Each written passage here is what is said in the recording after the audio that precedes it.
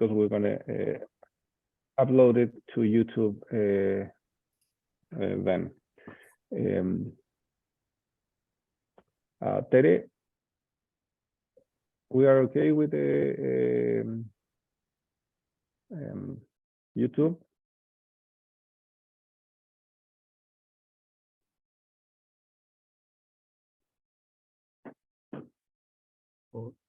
Revisar la pantalla.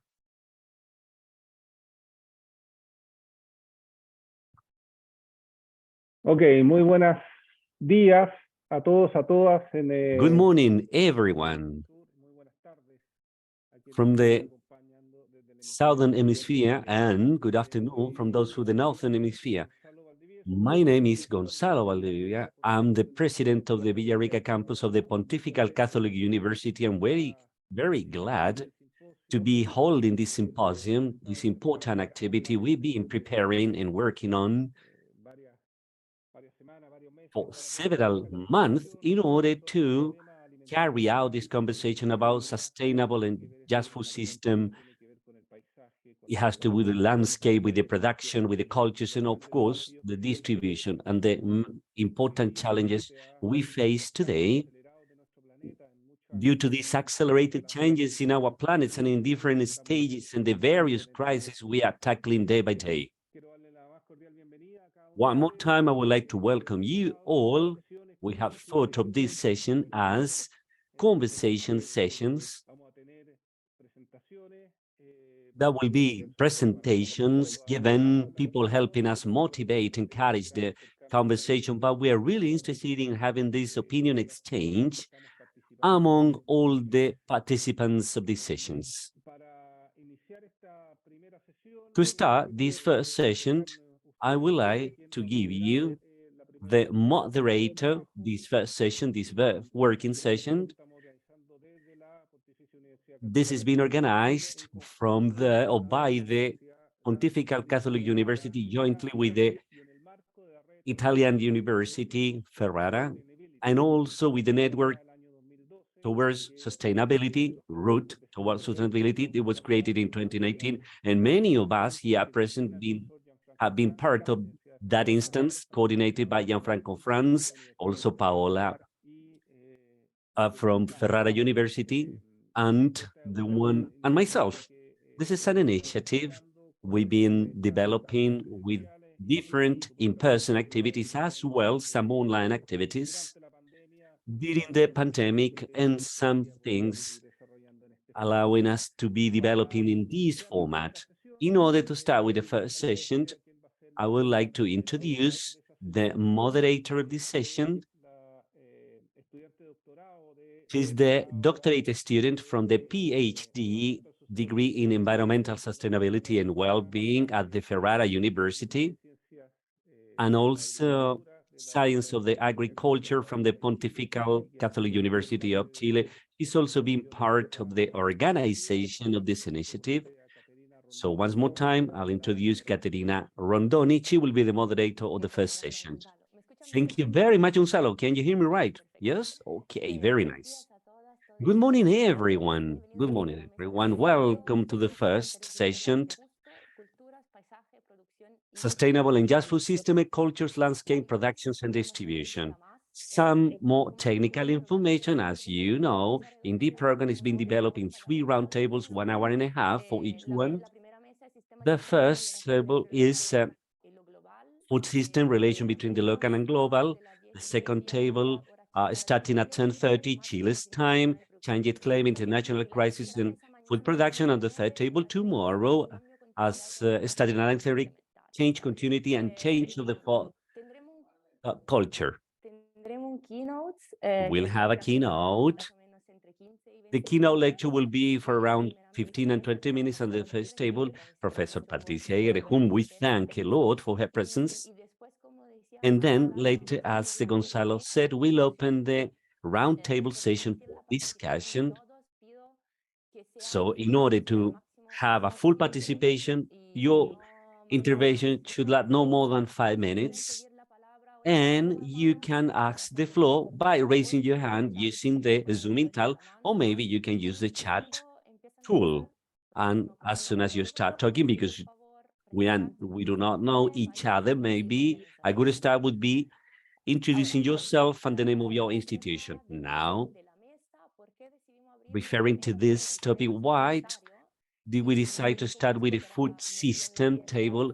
And as Professor Aguirre will clearly explain, we know that contemporary terrains related to food are very complex and do not admit simple solutions.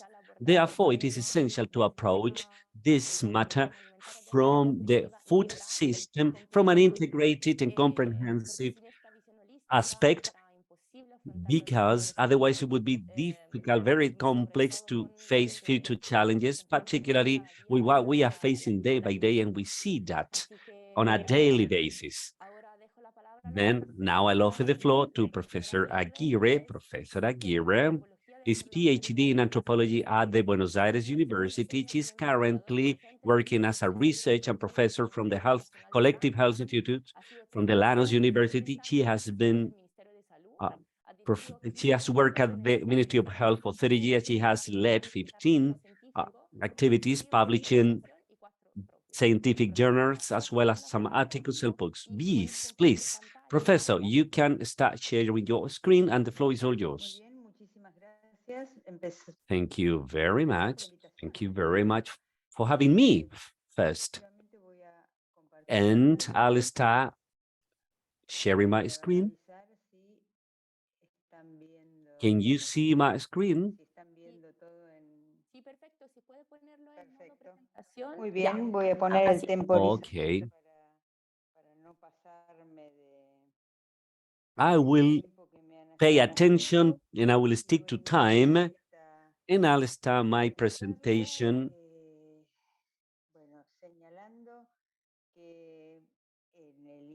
Starting by saying that at the Institute, well, I work at the Collective Health Institute, or Instituto de Salud Colectiva, and we work on synergy. Today we'll have to say synergy between food system and economic political system. This synergy is the one producing certain forms, socio-political and social, but at the same time, it produces a very specific way to cook and eat. And since food is the pre-pathological factor by excellence, it also produces certain and specific ways to get sick and die. We may say that the food system in its synergy with the political economic system produce a specific epidemiology, but it is easier to say that we eat as we live and we get sick as we eat, depending on that, of course. So if we have to change the food system as the political system, as the pandemic, so endemic,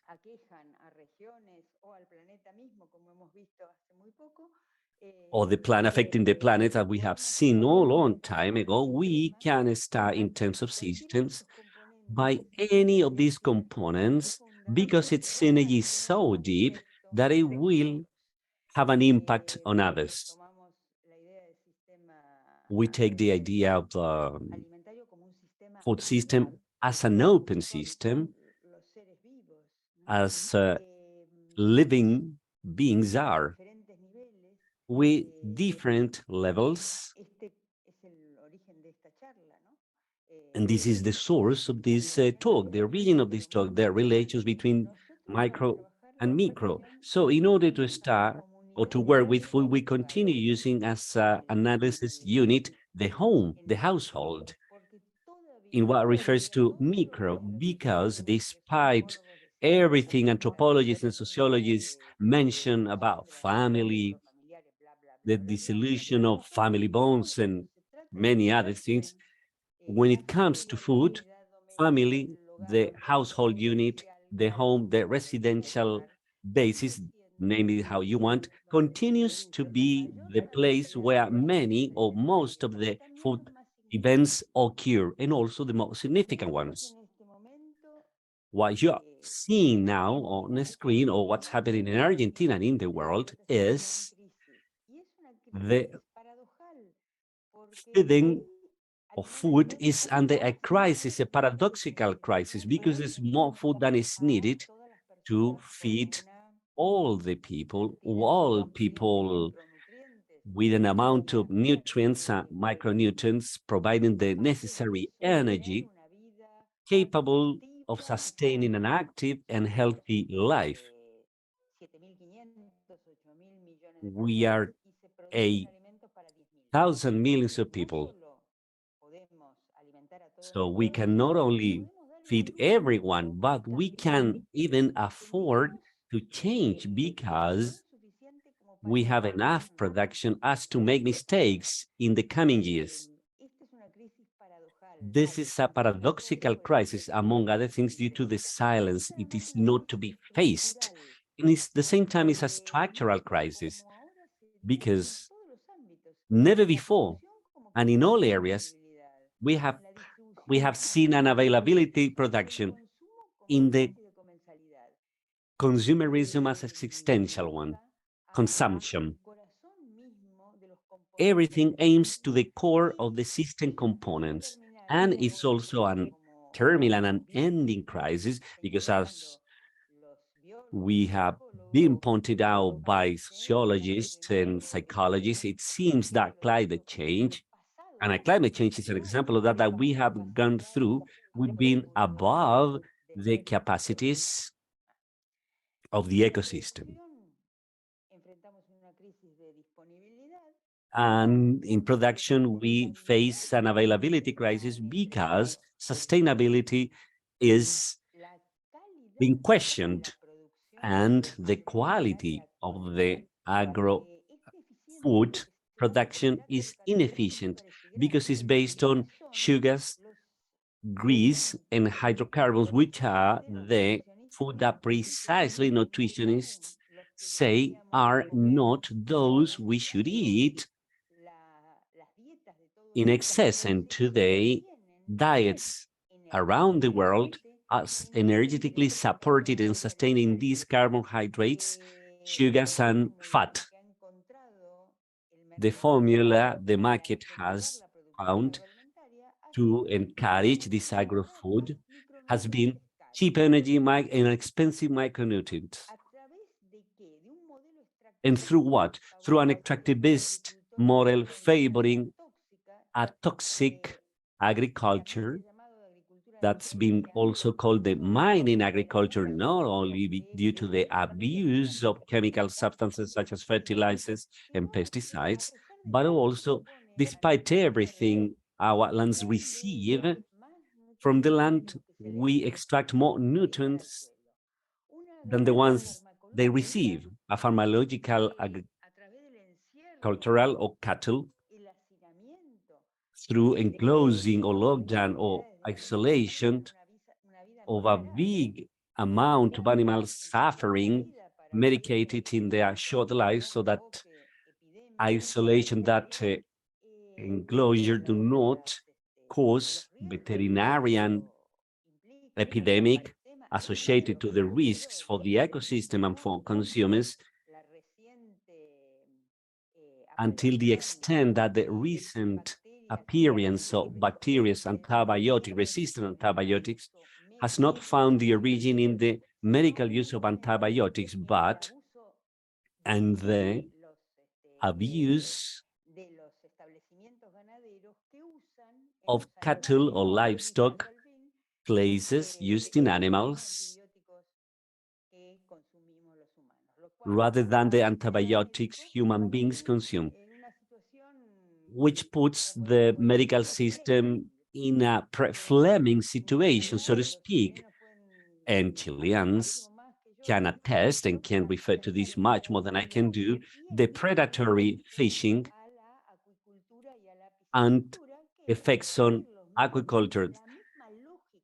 And when the same logic and the same rationale is followed when it comes to the pharmacological livestock, also pollutes seas and rivers, oceans. This extractivist model for production in our food is killing us. I have to say that we are eating up the planet, devouring the planet, not to mention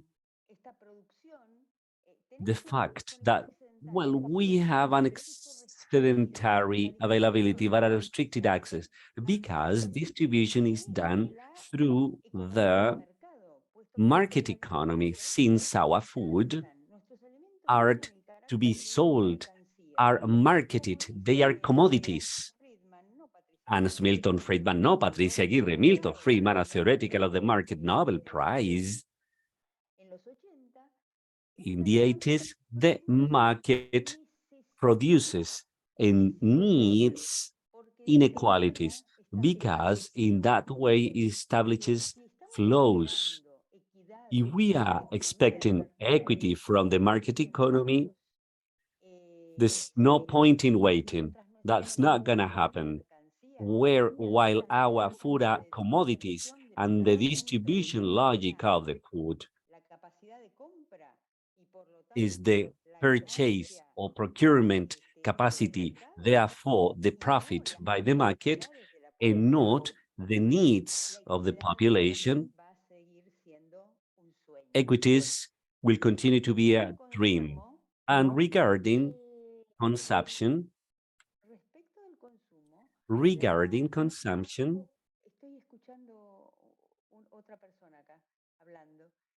someone else, well, my apologies, I was listening to someone else while I was speaking. And regarding that, we have a commensability crisis because the agro-industry, the food industry, with 350 holdings, the main concentrators of the industry of the world production of food, in order to place their food commodities, they use the advertising for food as the tip of the spear, making sense to what to eat and when to eat. In the past, traditional cooking food patterns were the best possible synthesis between the relation with the environment, technology, and the social organization. And nowadays, the industry destroys those, and what we have today as a replacement is a sense of market profitability trying to adapt the demand to the offer.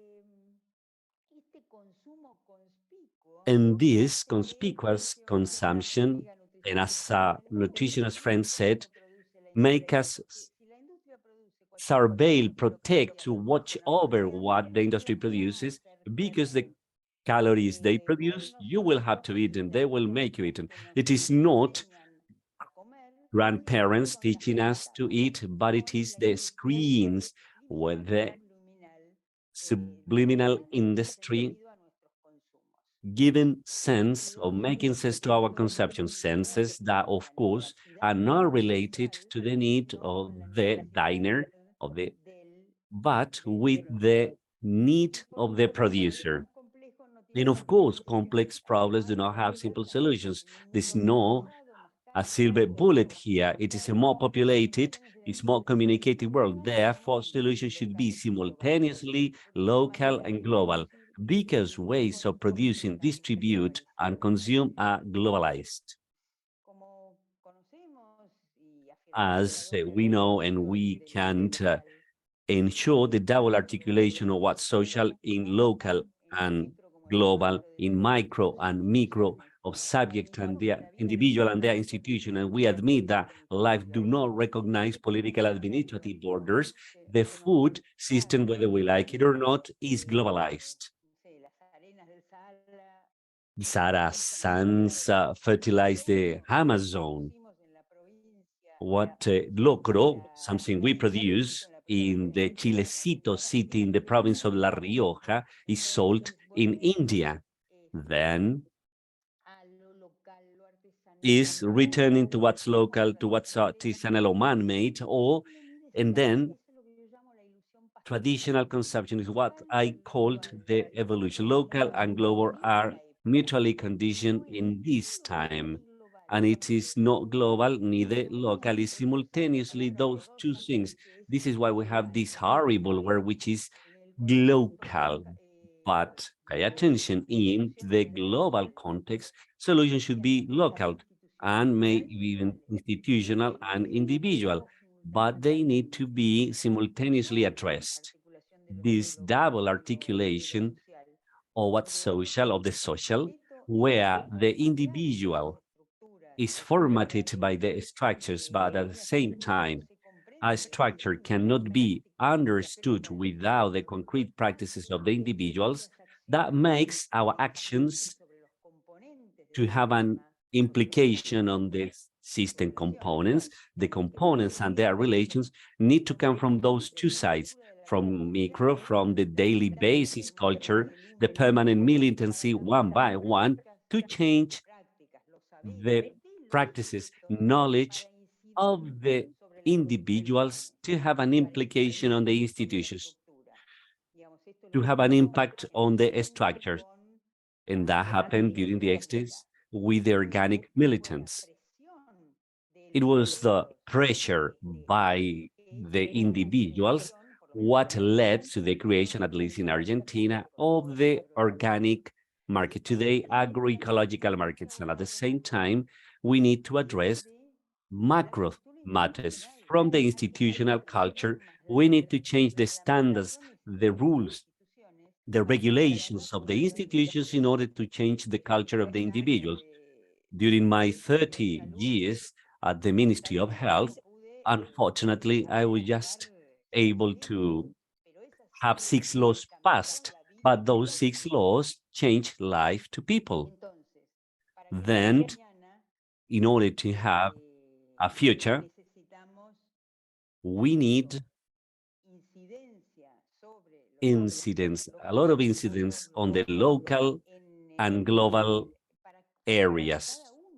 Because for each of these problems, the agro-food system, we already have solutions for that, the agroecology in the production, the expansion of the public assets in the population, the derogation of the advertising or propaganda rather than the information in the area of consumption. We are now fighting to have or for favoring the labeling law, so it gives information, not advertising. There are global proposals such as 3030 by the United Nations, the proposal of the oceans, while once there's a great deal of initiatives, but we need to foster them from what's micro, the one by one, the militants of the individuals,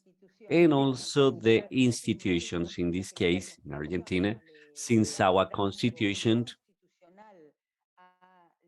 gives constitutional range, then it is very important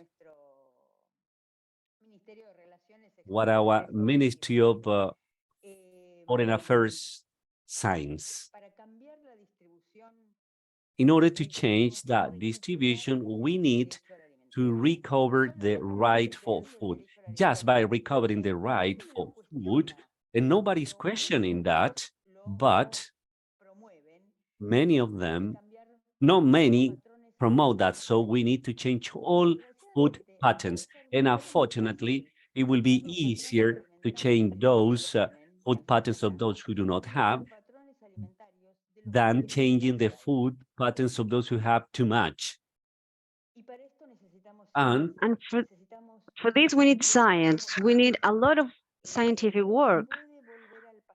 We cannot go back to the past. We cannot go back.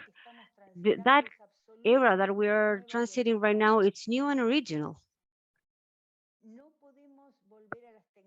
We cannot go back. I mean, we can learn from the old technologies, from the values of the past, but we need to build new values and new senses and new technologies as well cleaner technologies for this era that we're living right now.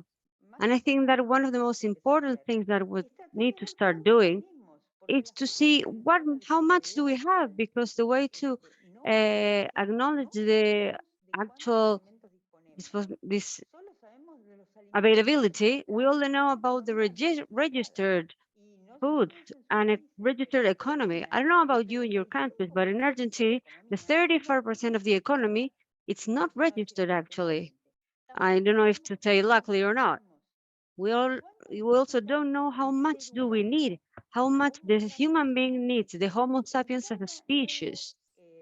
In every new, how can I say this, in every new congress or symposium that we have of nutrition, these necessities, these needs, the preferences are changed.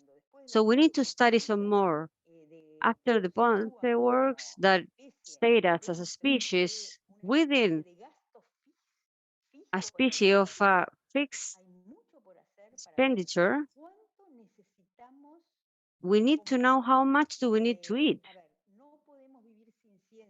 We cannot live without science. We know that. That illusion that I'm so worried about. We cannot live without an industry.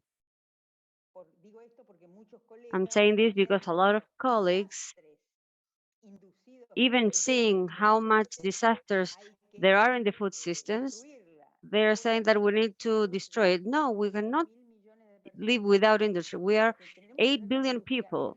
What we need to do is to regulate it, the industry, so that we can produce in a very and more healthier way. But we cannot live without an industry. We just need to change it. We cannot live with this industry of today. We cannot live without states. In Argentina, this state does not satisfy us either, but we cannot destroy. What we need to do is to change it. These institutions have led us to this collapse. There's a lot of work to do. One very good guide to change this at a global and local level, it's to recover the right to feeding. How can we get that as food sovereignty, to recover the right of feeding, not just as an ethical position, we cannot question that, globally and locally, but the right to feeding in its three positions: to feed, to have the sovereignty to feed oneself, to also feed other people. For example, when a mother feeds, breastfeeds. When we were made as Homo sapiens, our brains were built with others, feeding others. So the second dimension to the feeding writing is to feed other people. And when everything else has failed, is to be fed. For some mysterious reason in Argentina, we do not have the right to be fed. In its, how can we call it, our global concept of right, like every human right, they are active, they are positive. So we need to recover conceptually what we call the right for food. Ethically, it's just not questionable. The right for food as an ethic, as conceptual, and as a methodology, the observation is from 1969, and it tells us what it is. We need to recover the right for food, raising other values, because anthropologists, we have met organizations that are organized around other values, for example, religious or aesthetic. Not only the value of profitability of the market. So globally, the market has stopped being just one organizer of exchange to be the organizing access. And I'm not saying this because of the external debt. What I'm saying is that the only legitimate relationships in our relationships are the relationships of cost benefit, the ones that are based between the profits between subjects. We need to legitimate other values for the social organization. That's why I always say that before the logic of the profit benefit, before making this just an industry, we need to transform the world, and we can begin to do that today, right now, because we vote with our mouth. Tonight, we can start doing this so that we can produce our food with sustainability, to distribute it with equity, and consume our food in commensality. And of course, this is a very big task. But as Nelson Mandela said, everything is impossible until it's done. Okay, I have made my, I have complied with the time. And of course, this was very, very brief. You can have my email down there, and I am at your disposal to, of course, talk some more. Thank you very much, Professor. This was very interesting. Okay, now you stop sharing screen. And before to open the round table, I want to thank you for that amazing presentation and to highlight some informations and concepts that you have shared with us. Because I think it's fundamental, and as you said, not a lot of it is spoke about. For example, food should be a common, for example, as water. You cannot just talk about it as a commodity. And the relevance, of course, as the food that constructs, built in commensality. And this is very clear, and we can say it, we could say it very well in pandemic when we started building some community kitchens, and it can build, of course, a community that can be different. Thank you very much. Now I'm opening and giving the floor to anyone that wants to maybe start and comment something about this.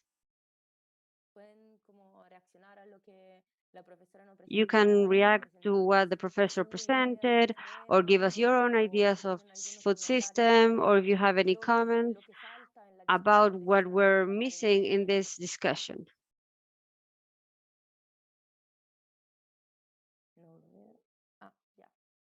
Okay, let me see.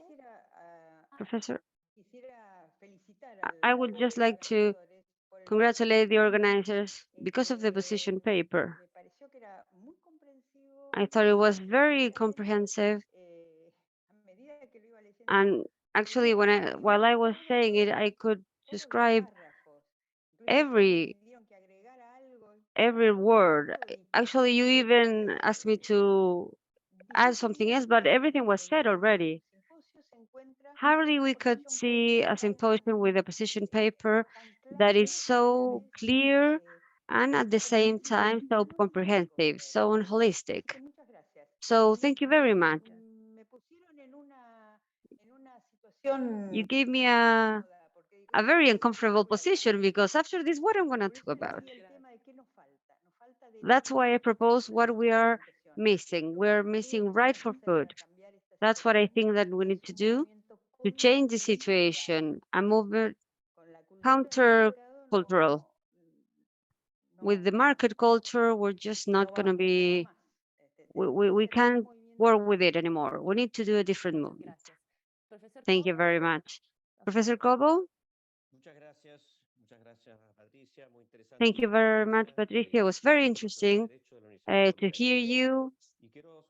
I'm a professor from the Chilean Catholic University. I just want to add a little thing about this. We're not going to end this conversation here, but it's been spoken that there are some distortions in the emphasis of market economy. And I think what we should be thinking is what's the problem to try to solve? And I don't think that is the market economy, but the absence of a free economy. What happens in the food industry is a huge concentration, and every practices that are usual in oligopoly. And actually, if they're going to generate utilities or profits, but what regulations allows it.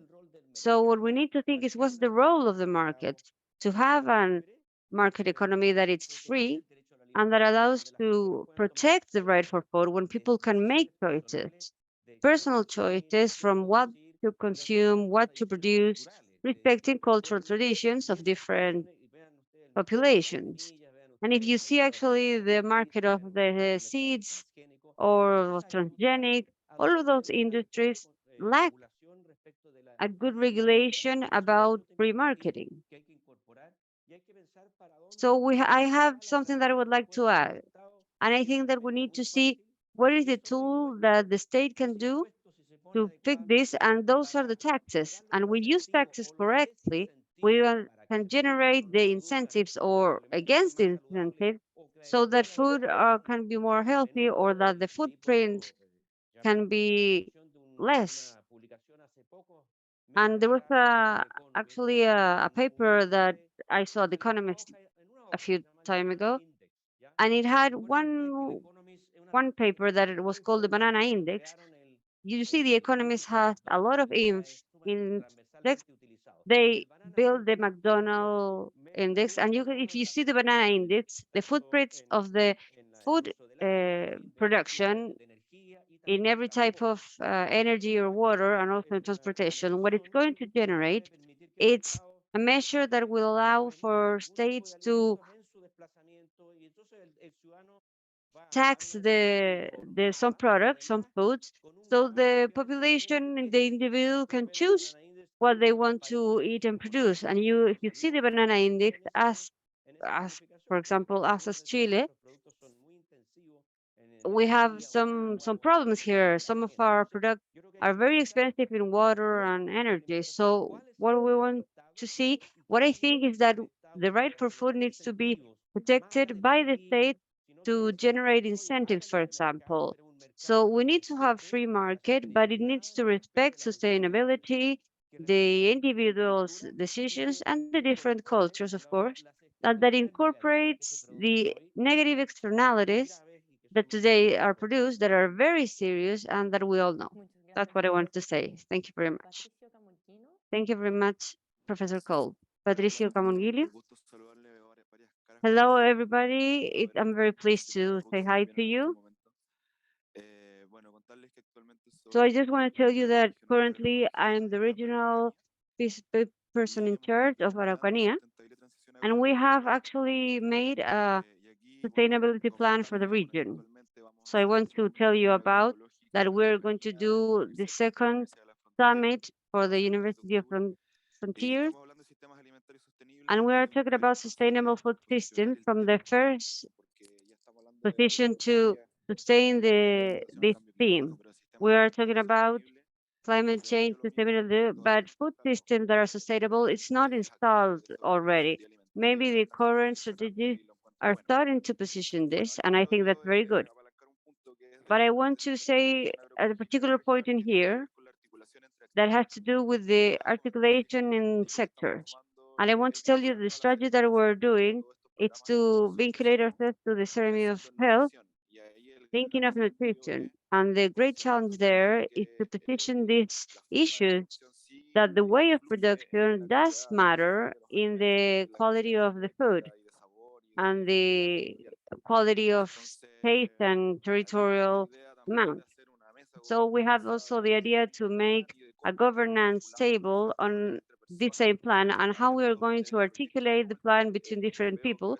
There's a lot of projects going around that maybe are not really spoken about. So I'm thinking maybe another region from the states, another sector from the state that can understand how to articulate this, how to advance with different information, since we are talking about nutrition from the beginning, but we're also talking about the issue about pollution from intoxication and public health. And of course, the mental health that needs to be looked from this approach. So that's my comment from a more different point of view. And what we need is to have different institutional success, but we also need to see different examples that people are being healed. There are some cases. Patricio, we lost you a little bit. Do you hear us?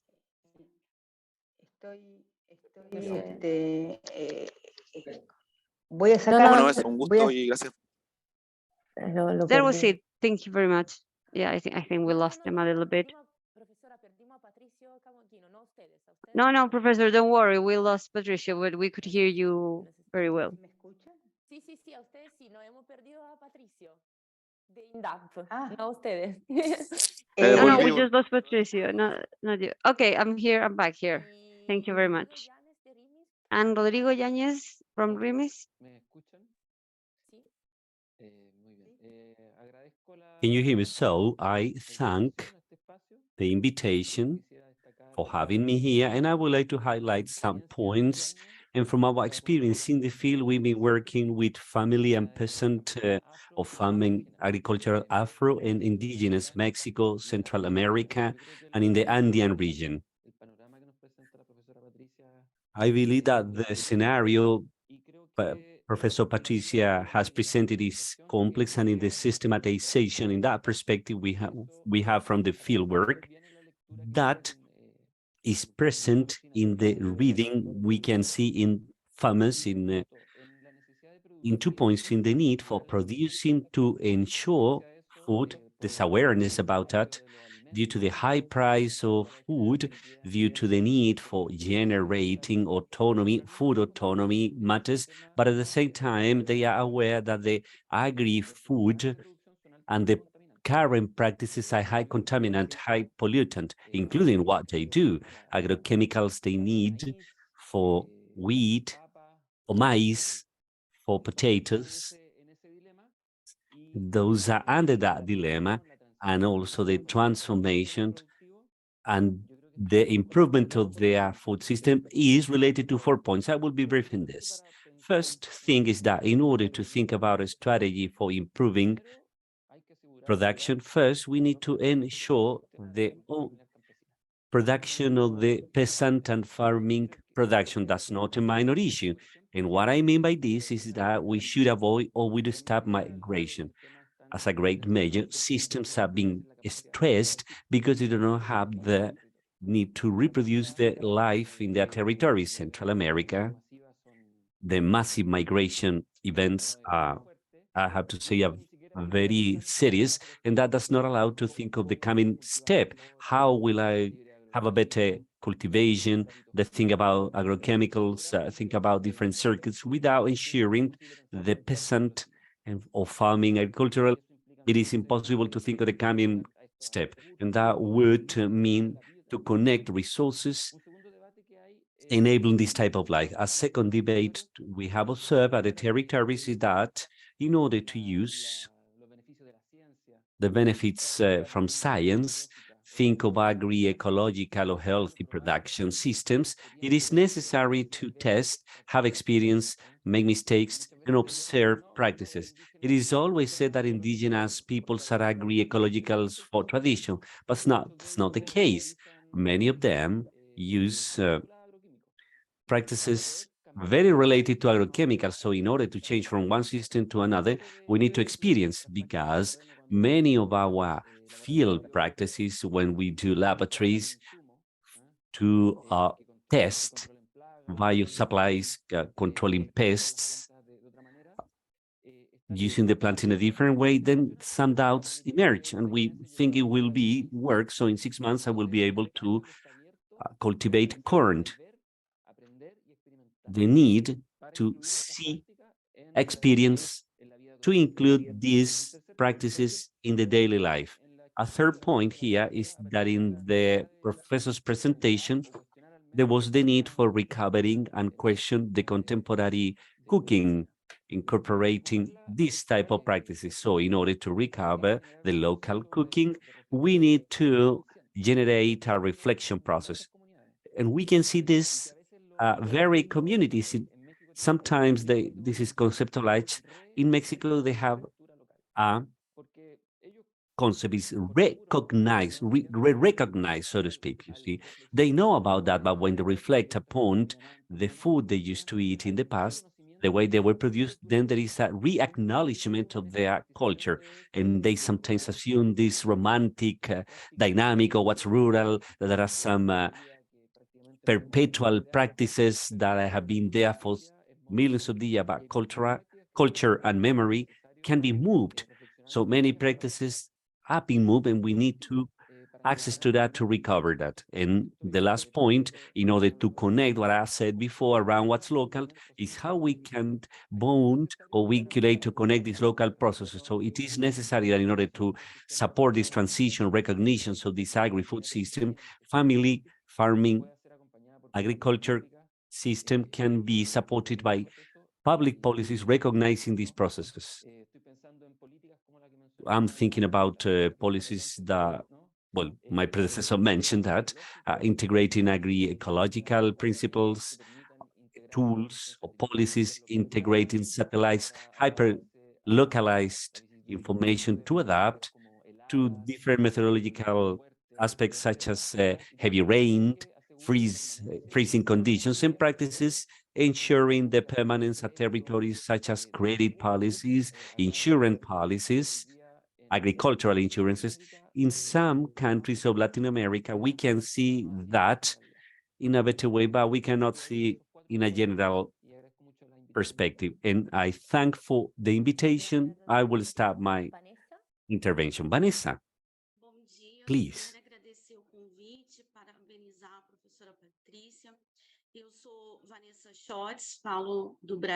My name is Vanessa Schatz. I'm speaking from Brazil. I'm a professor in the nutrition and food from the Rio de Janeiro. I'm part of two national networks in sovereignty, national sovereignty and nutritional, and the national articulation and ecological agriculture, sorry. And I'm part of the National Council of National Nutritional Security, the Brazilian experience, and I'm lead social control for public policies of nutritional and security food. Food security. Well, when Patricia refers to the role of the state, the constitution, the system, the food systems,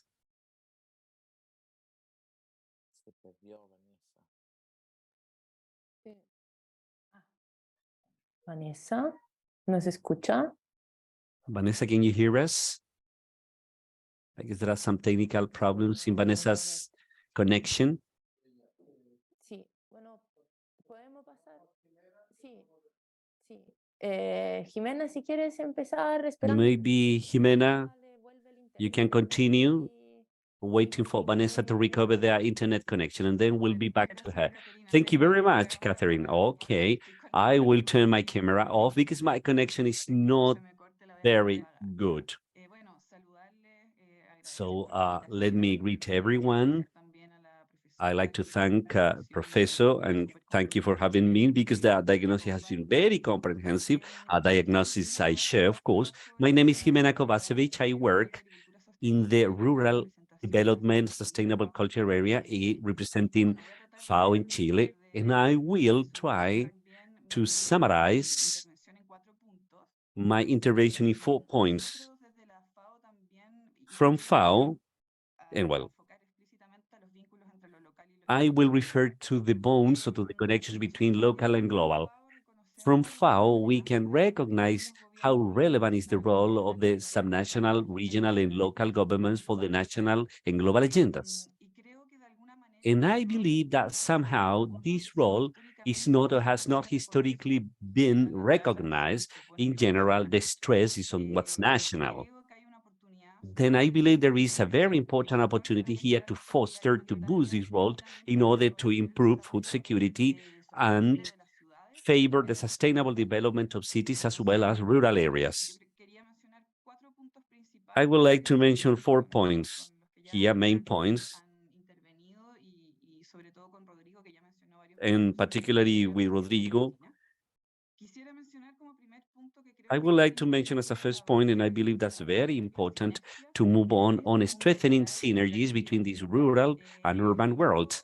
And this can be understood at moving on planning elements, explaining or including this as part of the national and local development. This is something that at least in our country have not sufficiently done. Why do we have these planning tools with this agri-food vision, enabling to integrate to a rural and urban world, cities, understanding that there are flows between those two that are not separated? Then this allows us to understand under a more territorial concept of production landscape.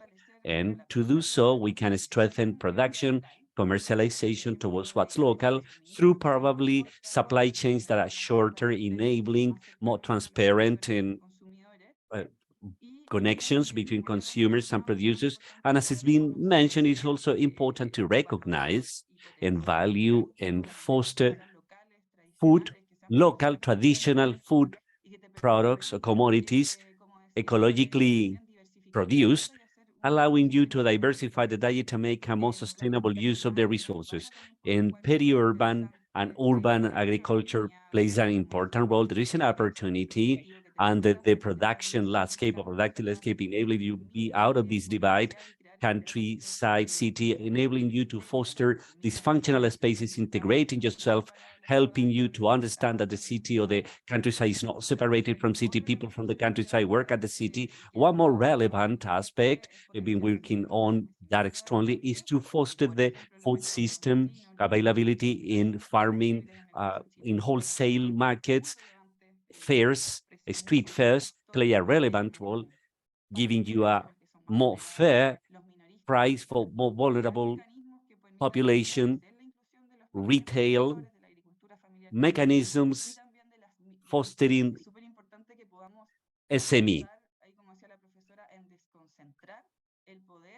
Is important to do that, and that can be obtained with the participation of different stakeholders. Street fairs, SME can play a very relevant role.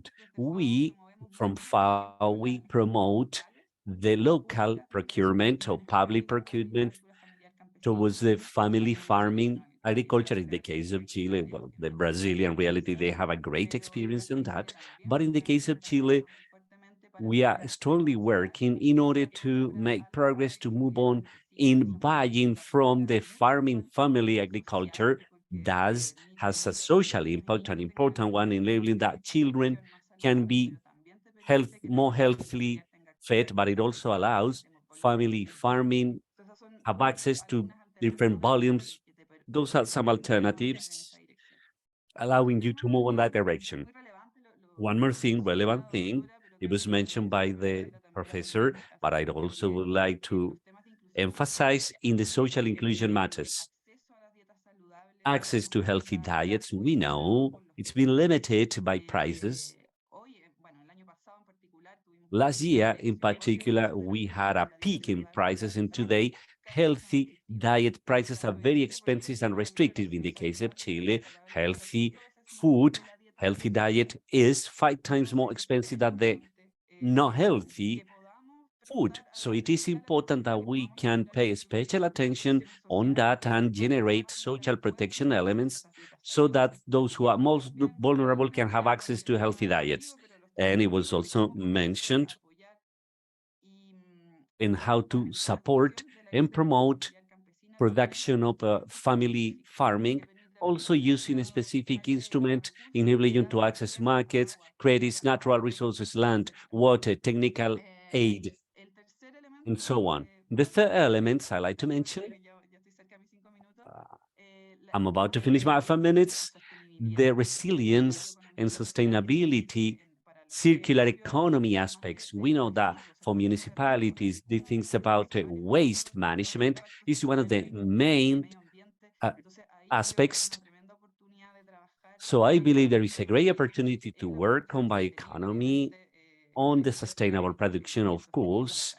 Productive, sustainable production, there's a lot of evidence from different agroecological practices, rotation, integration of flower bands or floral bands, and the risk management things that are climate disasters in the case of Chile. Just only this year, we are in September, we've been under 3 important catastrophes, fires, floods. Then it is very important to move on towards the vision of integrated management for risk,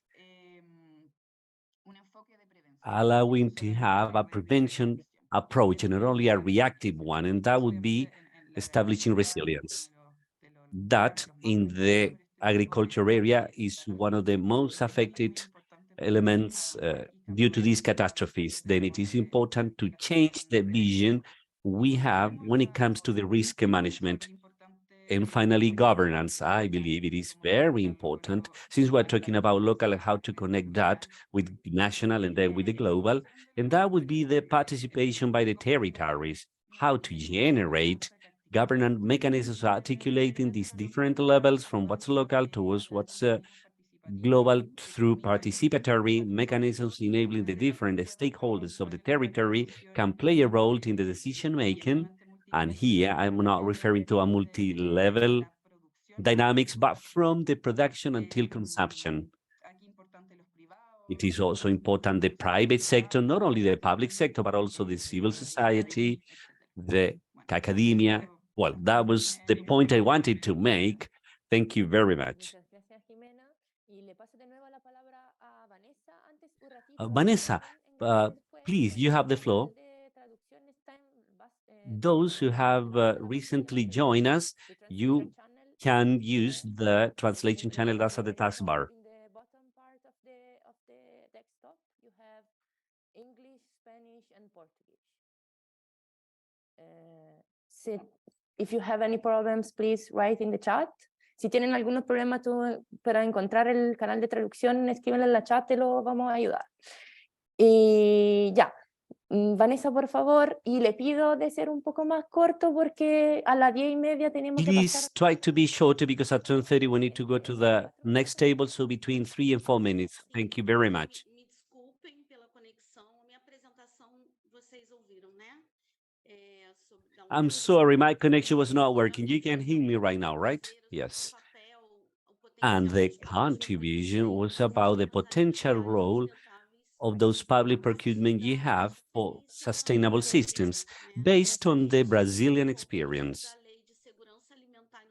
in the context of food security and nutritional in 2006 under a process of reformulation of public procurement, food public procurement, to target those procurement for the protection of food security and also sustainable procurement. And one of the most important initiatives we had was the reformulation of the National Program for School Food. That's one of the most important programs to access food in the world. The university here in Chile, we serve 40 million students day by day, 40,000 students.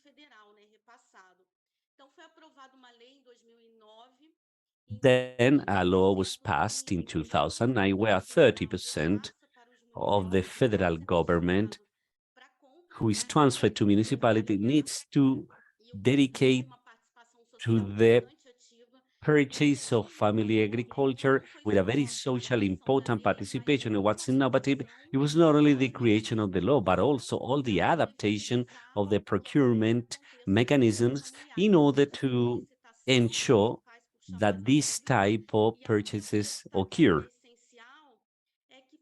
And something I wanted to highlight that is essential is that we try to go above the local price to include selection criteria, to include some guidelines.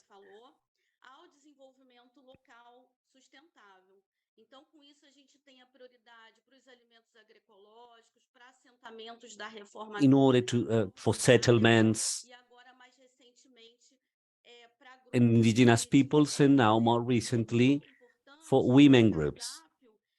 One more important point is that it is only, well, it is passed in order to consider the season of the production, and also some guidelines have been incorporated of these food guidelines for the Brazilian population that is connected to what Patricia explained through about the ultra processed food. We have that consideration in the school food, and that's a priority to buy fruit, vegetables, and legumes. Finally, recent research we have had where I am involved has shown that Amelia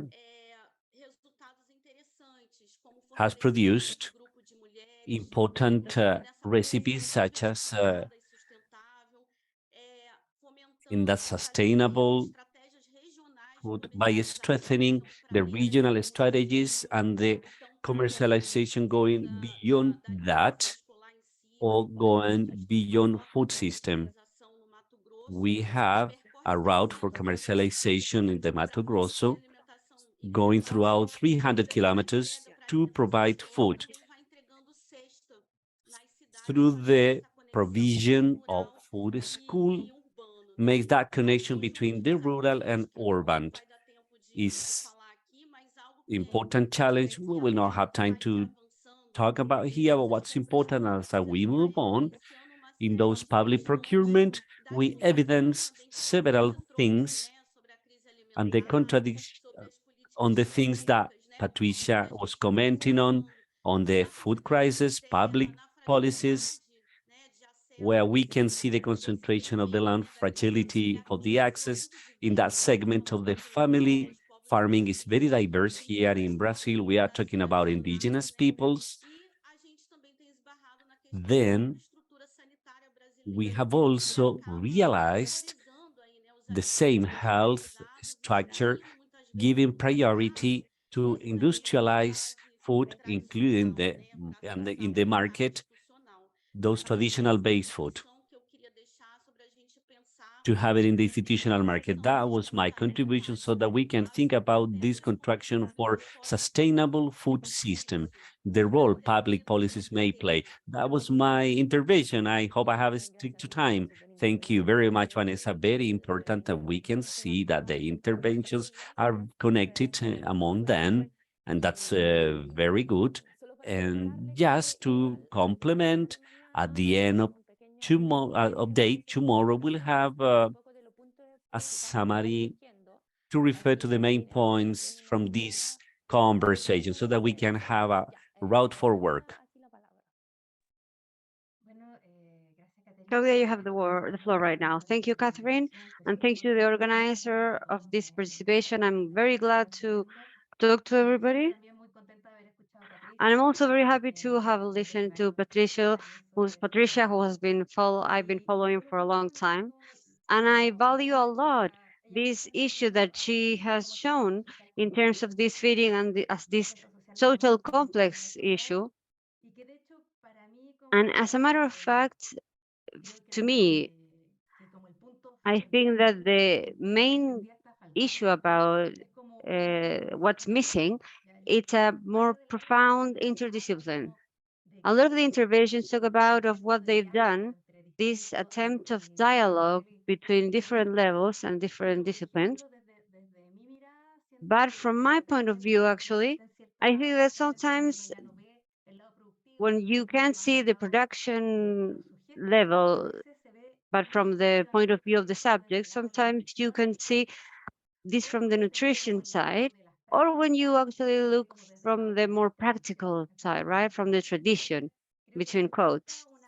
So I think we're missing a point of view more profound in terms of incorporating the everyday practices of consumption of an individual, of the whole population that we're working with.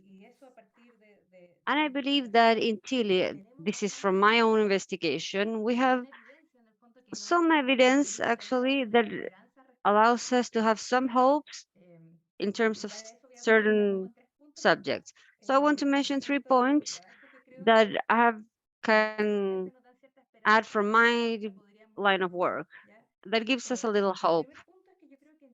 The first point is that in Chile, fortunately, we're not so gastronomic. It means this loss of social rules that regulate feeding. Unfortunately, when we see for example, population studies, what we can see is that in Chile, we do have an important weight of the social rules. For example, as projects as Comemos Juntos, we eat together. So we do some of the studies relating with other people. Comemos Juntos, we have some peaks in the feeding schedules, we have some structure in the dishes, the food that we eat. And I mentioned this is important because we have some rules, but there are other social rules that are very important in feeding, that are also very important in Chile. And that gives us, I think, some hope. But the second critical point is that with these social issues, well, of course, it changes between one social level to another. So we need to have that into consideration, because Patricia actually talked about this as well. So what we have to do, or what we can see, is that there are some practices that are more common in higher or lower uh, social groups, or in medium or higher groups. So in the research that I'm doing, I am discovering that the consumption of these more processed foods, I thought that we would find it in the popular groups, but I have found it to be in these higher sociocultural levels. And when they, for example, need to eat in faster rhythms of life. So we need to consider this pressure of time, of feeding with a determined budget, but also in terms of time, the time that we have to consume feeding foods. And the third point is what happens, for example, with vegans. I've been studying a lot of culinary practices, and a very important point is that I have found that in everyday practices in Chile, we have some reutilization of foods, or for example, how we are being careful of not losing food in everyday practices. And we have found that in a lot of people or population. We actually use a word that refers to eating what is left from Monday, Tuesday, and Wednesday. And that has to do with sustainability as well. How instead of wasting food, we reutilize it.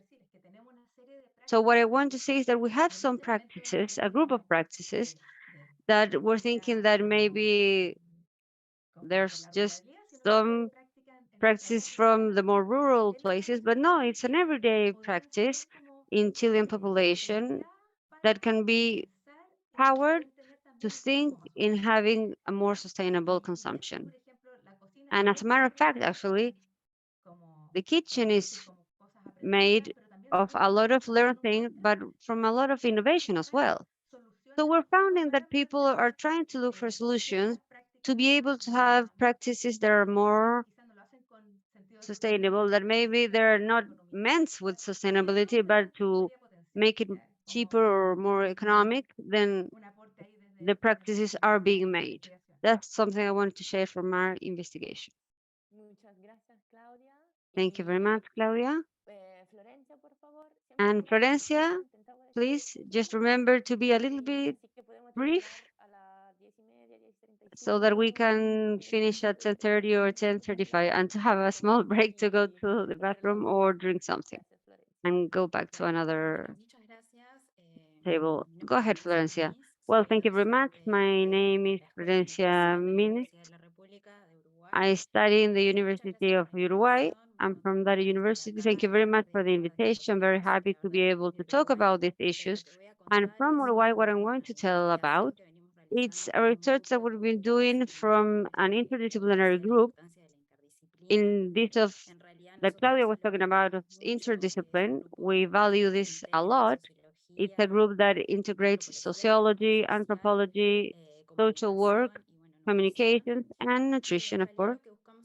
And what we're looking for really,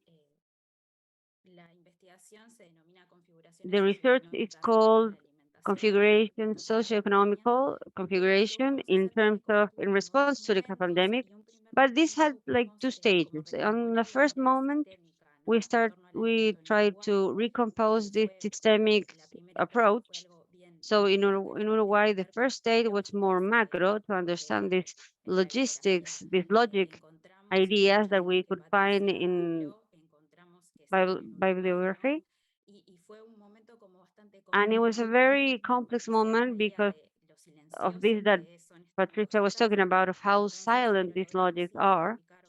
But we managed to identify some of them, like, for example, concentration of the lands, the dependency of the global market, especially because we're a small country that produces food. So all the consequences that this has from social, economic, and political point of view. So in the second stage, the second moment, it's something that we address more locally to understand how this logic works in a locally ways. And we had two cases, more rural and more urban way. And we could see how these logics are impregnated in this local way. For example, we also spoke about how the states participate specifically when the pandemic happened. So we could see is that the pandemic, of course, deepened these issues that we were already having.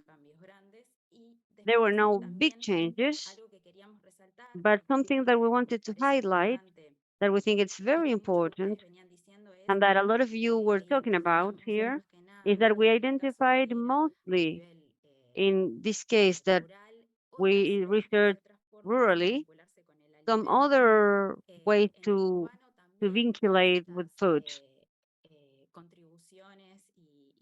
In all of these contributions or movements of different social organizations to be able to handle this pandemic issue. So what we can see really in the rural area is that they are more connected with animals, vegetables, plants, and this is connected with local farmers, with what local farmers are producing.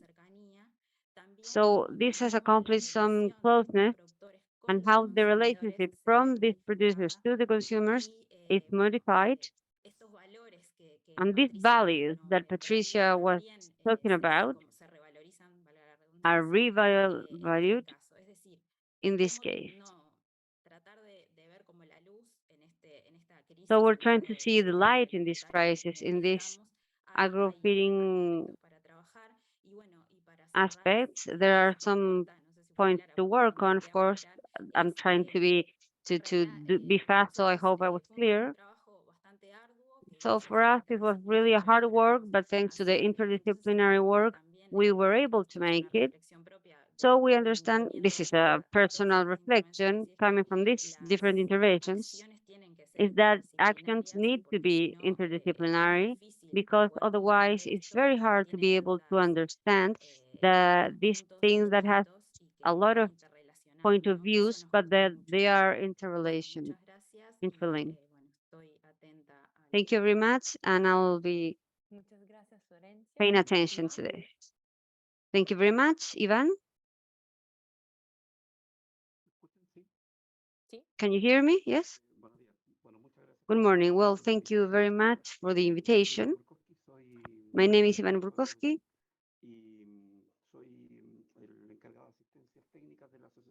And I'm in charge of the Association of Chilean Municipals. We have 645 municipalities. And I want to thank you because we will not always have these spaces to be able to talk about strategies, point of views, and territories.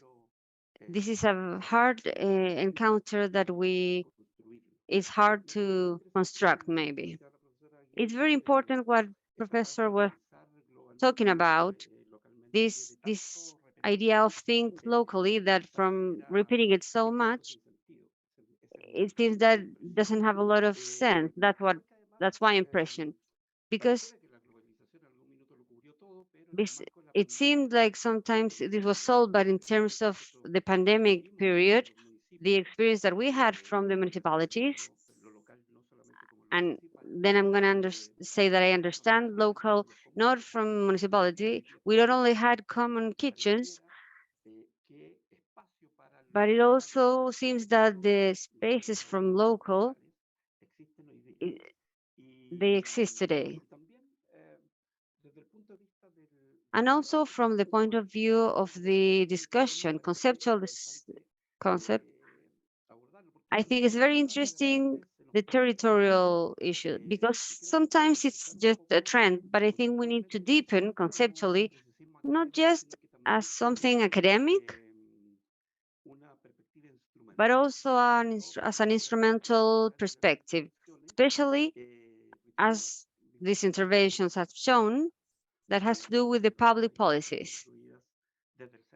Sometimes they are built from the center, this vertical logic, right? And I think from the point of view of the operational, the logistic, the territory covers a lot of relevant, because, well, I'm a geographer, maybe this is because that's why I have this point of view of scaling, but in the sense that local can be maybe something ambiguous. Globally, maybe if you think about it globally, the local is just a little bit ambiguous. In our case, the local is municipalities, but not just that, but also the civil society, and that way we need to give them spaces to be able to participate. And it's also a space from the point of view of municipalities where I work from, that is very heterogeneous. That when we talk about the multi-level interaction, they're not systems that are homogeneous, and not the regional unless along the local. The income goes from 1,200,000, the income of the municipalities from places like Vitacura and Las Condes, to just 700,000 pesos from other municipalities. So that's the big, huge differences that we have in different municipalities.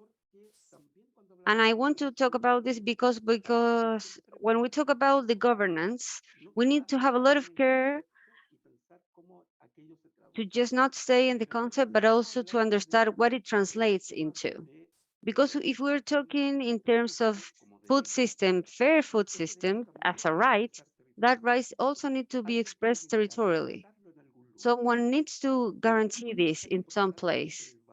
That's why it's so important, the value that it takes, the territory and the place, the local. Because there are some rights that are installed, sometimes constitutionally, but needs to be operative, and that they don't have the conditions to make it possible. For example, in some places we have just one law, the places are given different tasks or the same task, but different municipalities or different places do not have the resources. But the gap of being able to implement this, it's very huge, it's very big. So what guarantees that is very important as a discussion. Because also from what Professor was talking about, I dare to do a proposition that we established in a book that we published with Mr. Serra, that we can actually send this to Caterina so that she can share it.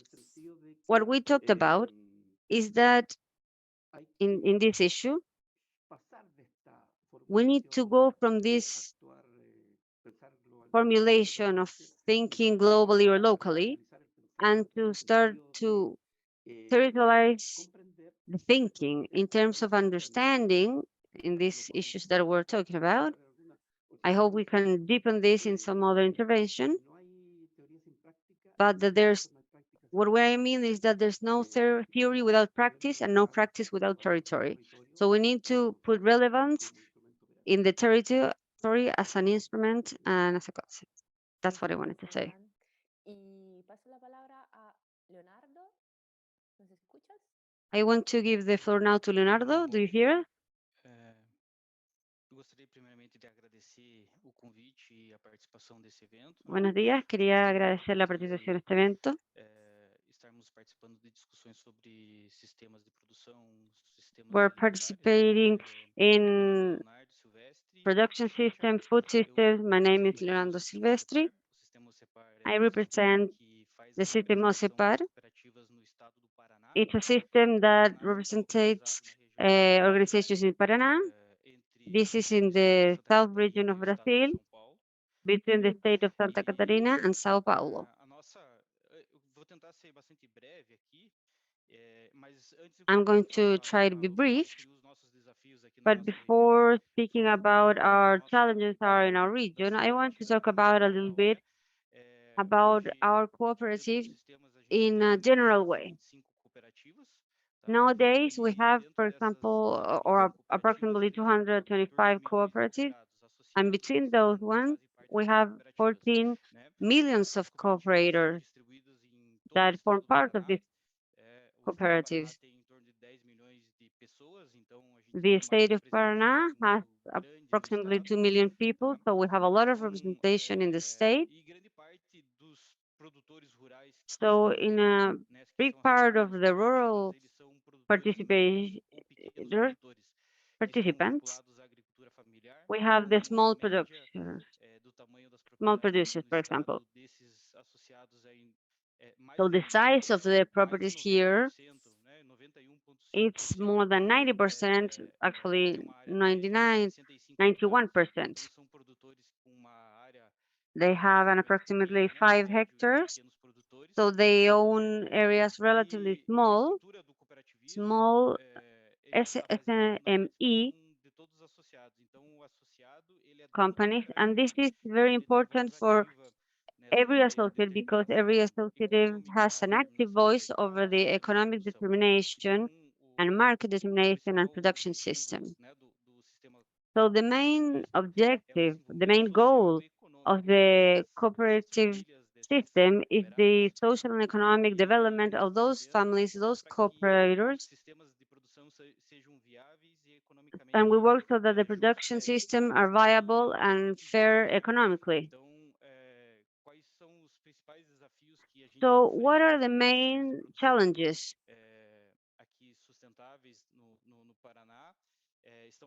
So here in Paraná, it's related to produce with sustainability in an environmental asset. To, for example, reduce problems of some channels, we're making it an alternative way, the production of gas and methane, the production of thermal energy, the use of different agricultural. The cooperatives have used production of biomass, vegetal biomass, for the use of thermal energy.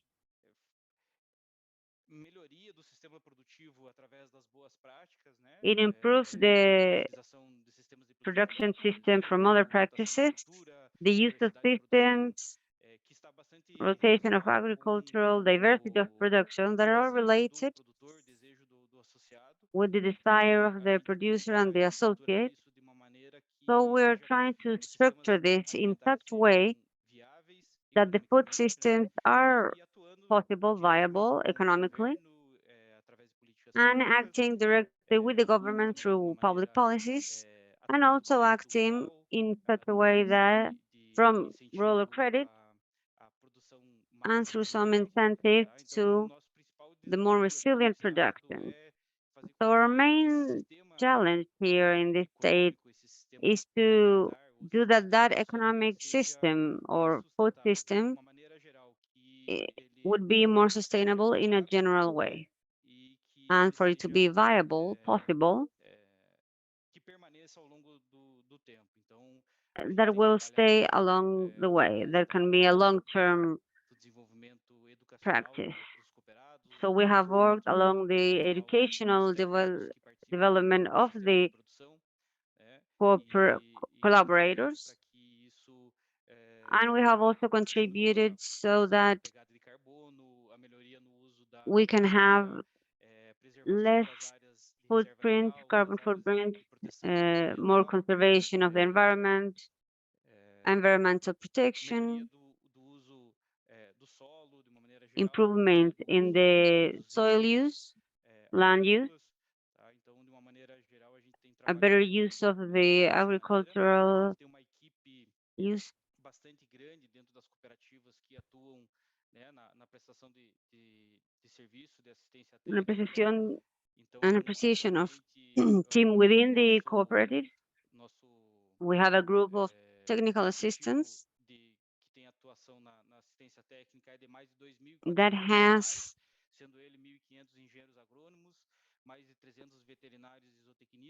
we have more than 300 veterinaries, 500 agronomers, and other an effective way of more sustainable ways. A little bit of our reality, that's what I wanted to talk about you a little bit from the challenges that we have worked on, so that the food systems are more fair, just, resilient, and sustainable. So in a very brief way, just I wanted to tell you about our reality. Thank you very much, Leonardo. Now we're going to have our last intervention. And then we will have 2 or 3 minutes for Professor Aguirre if she wants to close the table. And we go to the second table. Antonio, now you have the floor.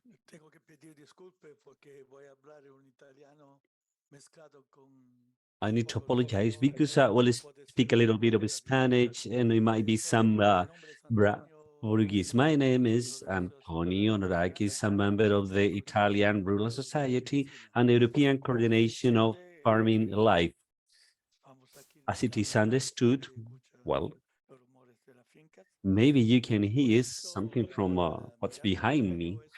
So that's why my perspective is a spatial perspective, clearly, because it is a peasant of farming perspective. It comes from a peasant organization. This is why my reflection, and well, I know I have little time, it would be useful to refer to some elements and to raise some questions, probably.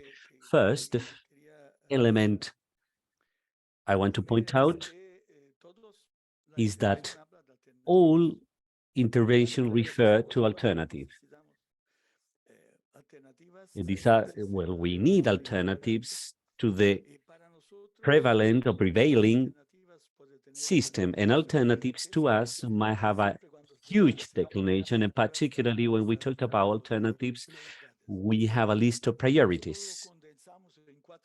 We summarize that in 4 elements, and these elements are all under the framework of peasant control: earth, water, biodiversity, dissolution, and commerce. These 4 elements, we treat them locally and globally. And that implies, as a second part, a need to organize, a need for negotiating with the state, with the institutions, in order to have a radical change in public policy. The element of public policy is fundamental. But we think of that as a negotiation rather than a participation. Then I believe there is a great emphasis on what's participation. If you are seated at a table talking to Bill Gates or Bayer, it's not useful, that's not necessary, that's a provocation. Then we think that this role of the state, and if it is minimally democratic, we need to recognize the diversity of interest as well as the diversity of responsibilities each economy has when facing the society. Farming or peasant economy produces most of the food people consume, and that's under a permanent fight when it comes to the industrial production. Then in order to survive and resist, we need to make changes. And those are interesting elements we need to talk about more emphatically. We see that also in peasant economy and agriculture through the connection we have with them. And that's a production system that is on under an ongoing change. Then to resist, we have to change. And to change, we have to fight. So figuring a pastoral field is not consistent with what's happening. Of course, organization of alternatives are happening. Those are local, concrete, but we cannot imagine that all the distribution will be processed or carried out to feed a small village or community. This is why we have the need for imagining a rich field, countryside with many states, many villages with a lot of agri-food dynamics, meat and small sizes. And that would lead us to a more profound discussion. And to conclude, we need to debate over the what type of economy is peasant economy, which is not just a way of producing, it's a way of living, but at the same time, it isn't an economy. We need to see that family agriculture should not be seen as a waste. In Europe, is the opposite. It is the great industrial states living out from the European Union and other countries. In Germany, the German agriculture, one of the most powerful in Europe, they have a public budget for funding of 52% of their total value. And that's why German agriculture is one of the most industrialized in the world. And this is why we need to include these things when we talked about changes in the food system. And at the same time, we need to consider thoroughly how this is produced, how food is produced, who produces, where is it produced, who are in charge of that production, and how it has a role in life. That's the point. We need to live in dignity, dignified, strengthening the resilience of the peasant's life, and how that peasant's life resists hardly, but it cannot resist forever. It is less expensive to produce. The peasant economy needs the land, not because they want and property there, but they needed to work that out. Accessing the land is fundamental. Peasant economy or agriculture distributes their product. So we need to change the rules of the World Organization, the Trade World Organization. A local market, a peasant market that not work in a market world dominated by the free market rules imposed by WHO.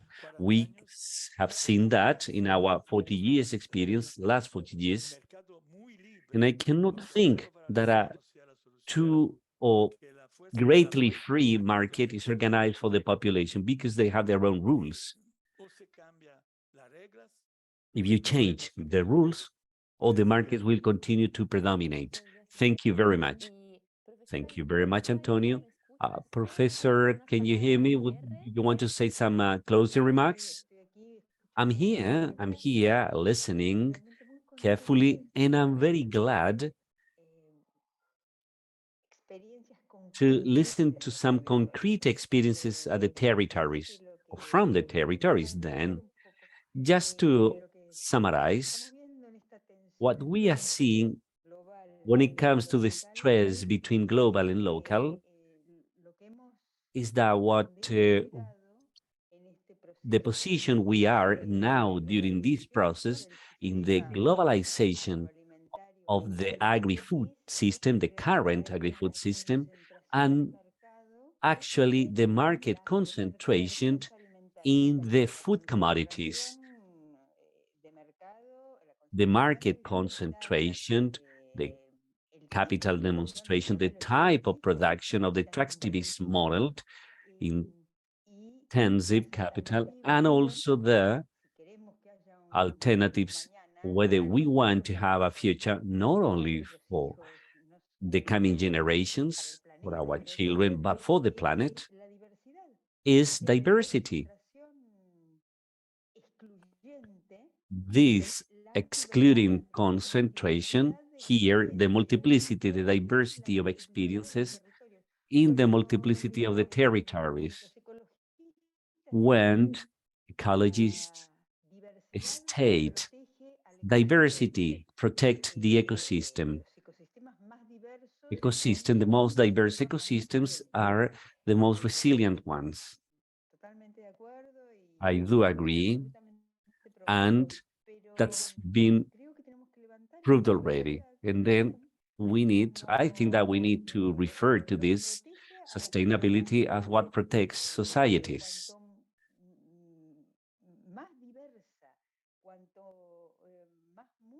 The more diverse, the more multiple, the more heterogeneous this diversity is, that is, the less concentrated the power is,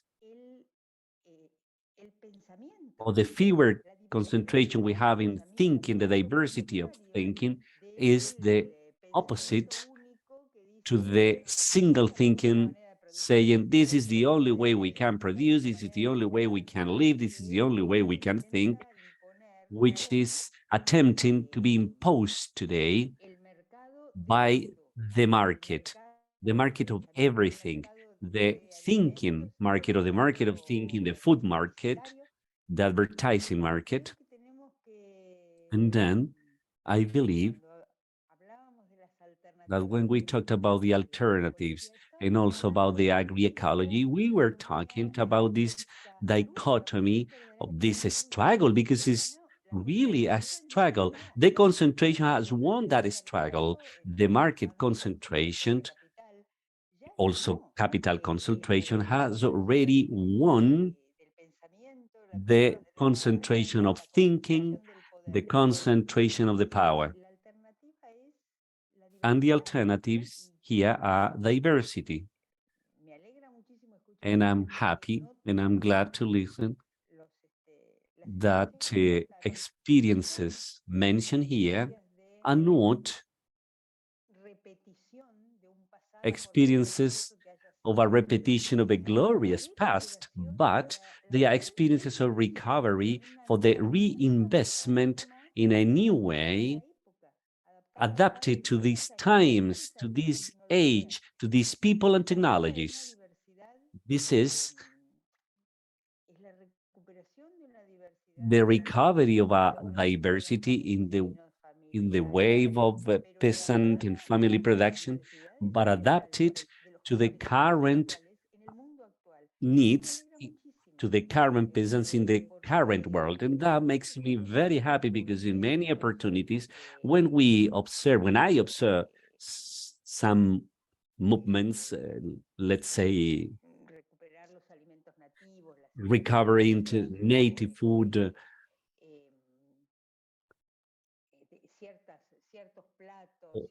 recovering certain preparations, certain type of cooking in general for tourism purposes, what we are doing there is to making this culture a thing, making this turning into preparation and objects, when edify, reify things, when this is as living as language it changes, and I'm happy to listen to the experiences that have been mentioned here of the preparation of that diversity with a criteria for change, for adaptation, for future, no for the past.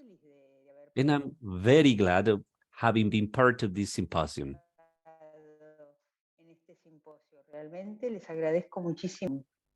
I'm very glad, and again, I thank you a lot. Anything you want to contact me will be welcome. Thank you very much, Professor. Thank you very much for having taken the time for the discussion. And I believe this space has been very important. We'll continue with the second table. And I would like to highlight something very briefly, things that have been mentioned by Patricio, Florencia, about the importance of the dialogues and the compenetration within the various stakeholders and disciplines.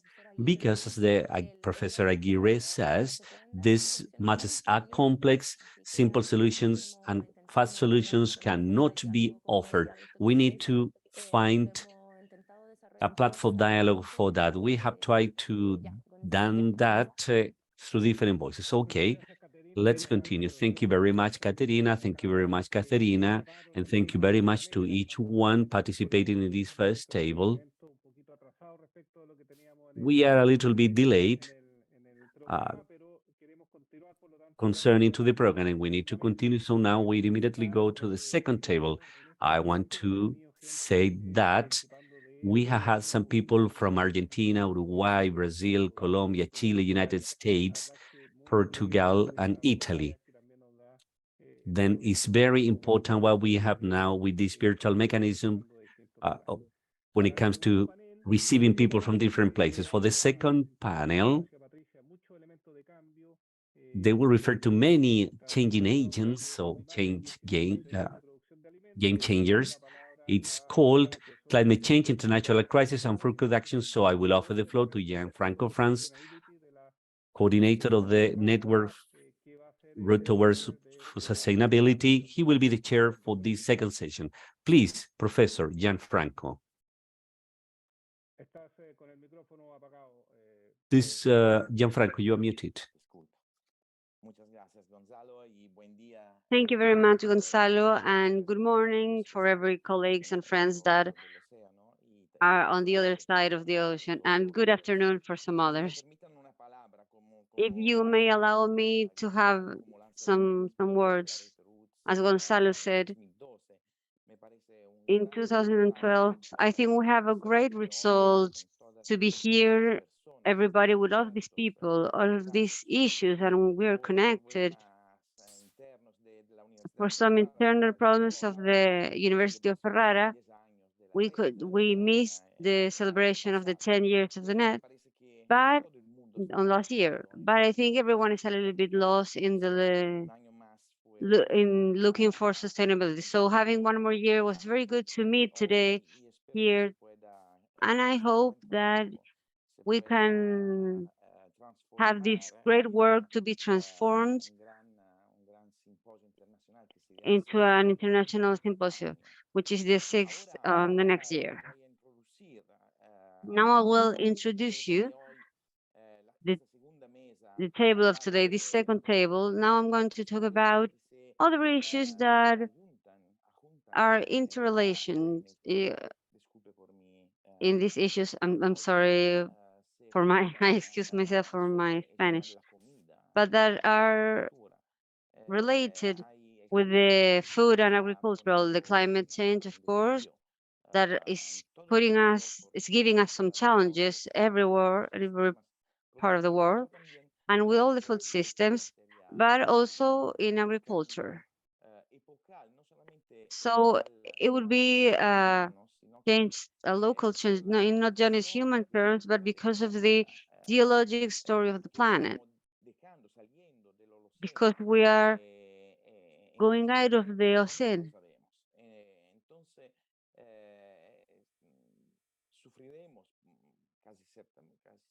policy. So we will clearly suffer some impacts in terms of agriculture.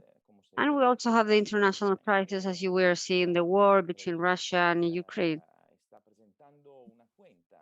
It's giving us an account, of course, and we're having some problems on food because there's a lot of cereals that are being produced absolutely in sustainable ways in Ukraine, Russia, and as well in the United States and Canada, I imagine as well, and America, Latin America.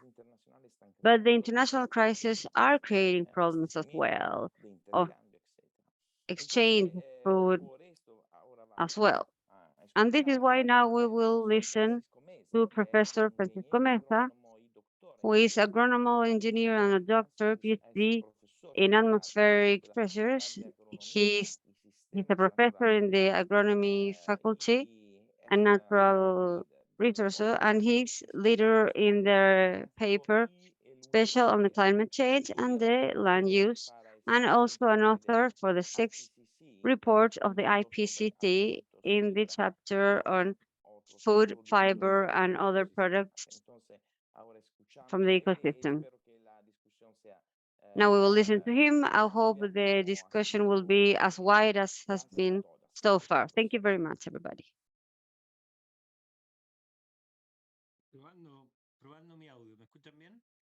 I'm trying my audio. Can you hear me? Okay. Yes, great. Thank you very much, Gianfranco, for the presentation. Thank you very much for Caterina and Gonzalo. I've been listening very carefully the previous table, and it was very provoking, really. So please just don't hate me, okay? I truly ask you, because there's two things. I have two defects, and I will tell you right away so that you don't say I didn't warn you. As some of you that I recognize, actually, I am agronomist from formation. So I am, let's say, closer of ideas of how things are done in the field to produce. That has some biases because I recognize that feeding is much more.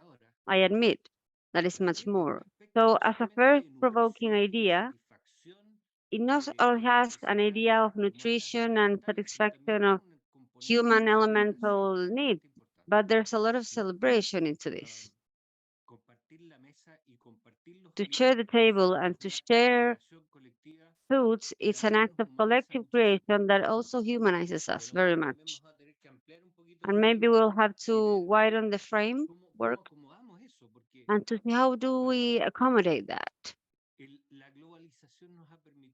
Because globalization has allowed us something, but the ways back are not the same, are not so simple, or the paths to modify our conduct are not so simple. I would like for you to have this idea. And my second effect is that because of my formation and because of what I do as a work of living, I'm more quantitative than qualitative, to be honest. I like numbers. I like to put numbers in the balance because I think it's an easier way for me to make decisions. So with those two ideas in mind, I will make a presentation that is very summarized, but I would like to give you two provoking ideas the same way as our keynote speaker did before. I'm going to make relatively fast this presentation to give these two ideas. And I do it exclusively so that this dialogue may be richer. I think that all of us, including myself, have some agreements are sustainable or not sustainable. Everyone, starting from me, we know that we are subject to climate change. So we all have a lot of criticism in terms of how things are done. But I'm not sure, I don't know, and this is an anticipation. I don't know if we're being as critical with the solutions that we're proposing. So let's go to that place. So can you confirm, please, if you're watching my screen? No, todavía. Not yet. Todavía no. Not yet.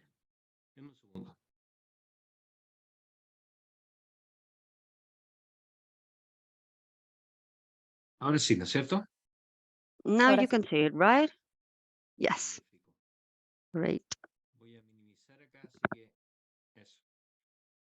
A quick introduction in English for those who cannot follow Spanish and perhaps the translation, even good, may lose some of the comments. Most of the figures are in English, so at least you have an idea of what is being presented. But my presentation will be in Spanish, okay?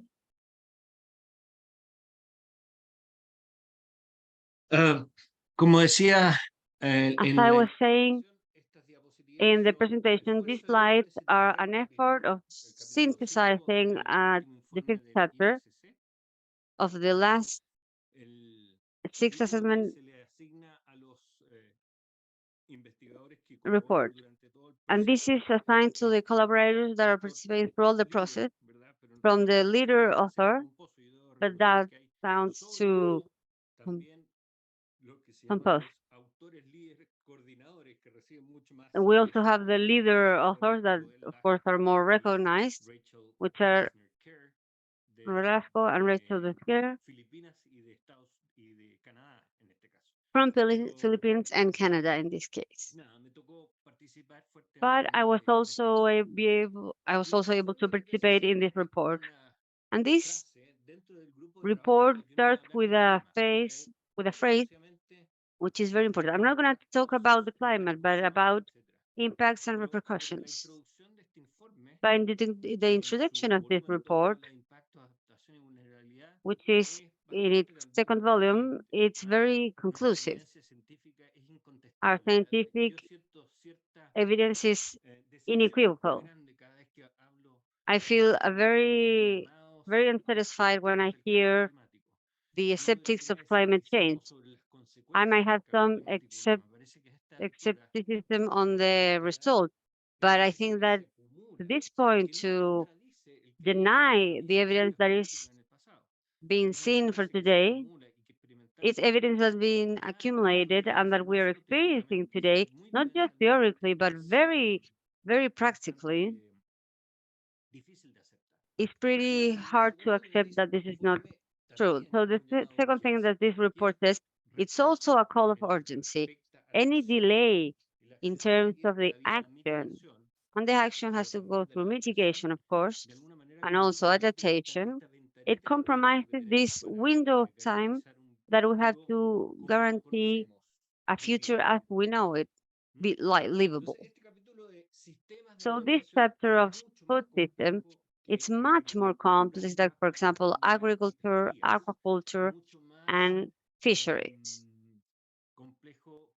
It's much more complex because it starts incorporating products that are offered from the woods and that represents medicines as well, feeding, or that have some connotation, some spiritual connotation that's very important. So it's much more complex. It's also more complex because it recognizes that the individualized analysis, the specific ones, also take us to some paths that are not sustainable.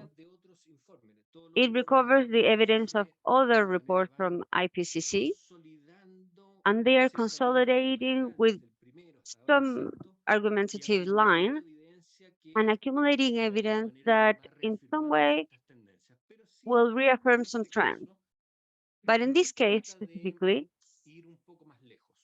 it's trying to go further. And this is one of my first ideas of provocation. it tries to associate what are the facilitators, but also the barriers to adaptation.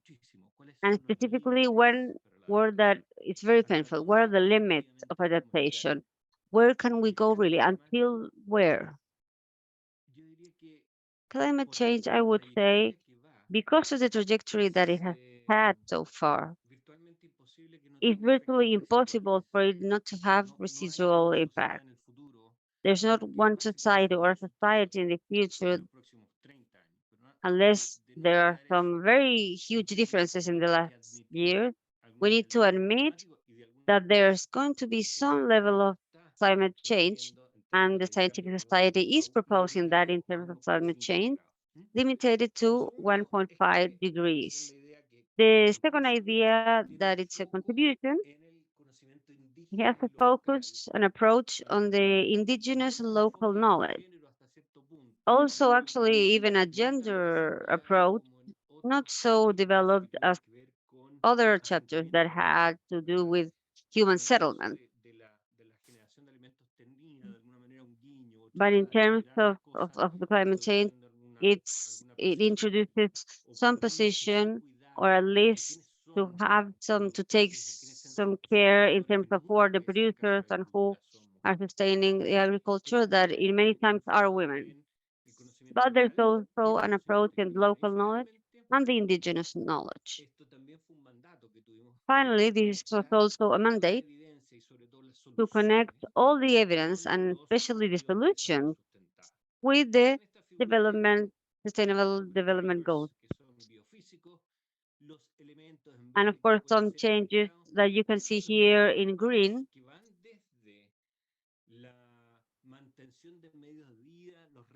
the maintenance of the crops, the derivation of soils, up until some things, for example, such as stressors in the stress in the worker, the farmers, that are going to be working in high temperatures, or for example, the effect of the competition for the use of soil or land use. And what are the differences between land grabbing, land sparing as alternatives to, let's say, designing landscapes that are much more sustainable? We understand the food systems not just as the production. There's a context that has utilization with drivers that have biophysical and environmental, but that also have to do with innovation, technology, and infrastructure, political and economic drivers, social cultural drivers, and demographic drivers. And in the heart of all of this, we have the food supply chain that go from production system, storage and distribution, processing, and marketing. To also some other issues where it is developed and that give us some problems or insecurities, food insecurities due to disponibility, availability, which is the affordability.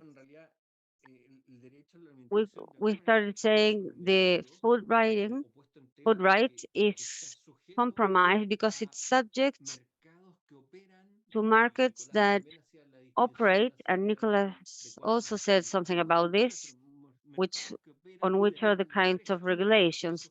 But this is a market that fixes some prices, and this cannot be very affordable, especially when we do talk about some sustainable diets. So what do we do with these solvent problems to be able to sustain these systems? It's also very important, the consumer behavior, very influenced by diets. It's true that in a global market scene,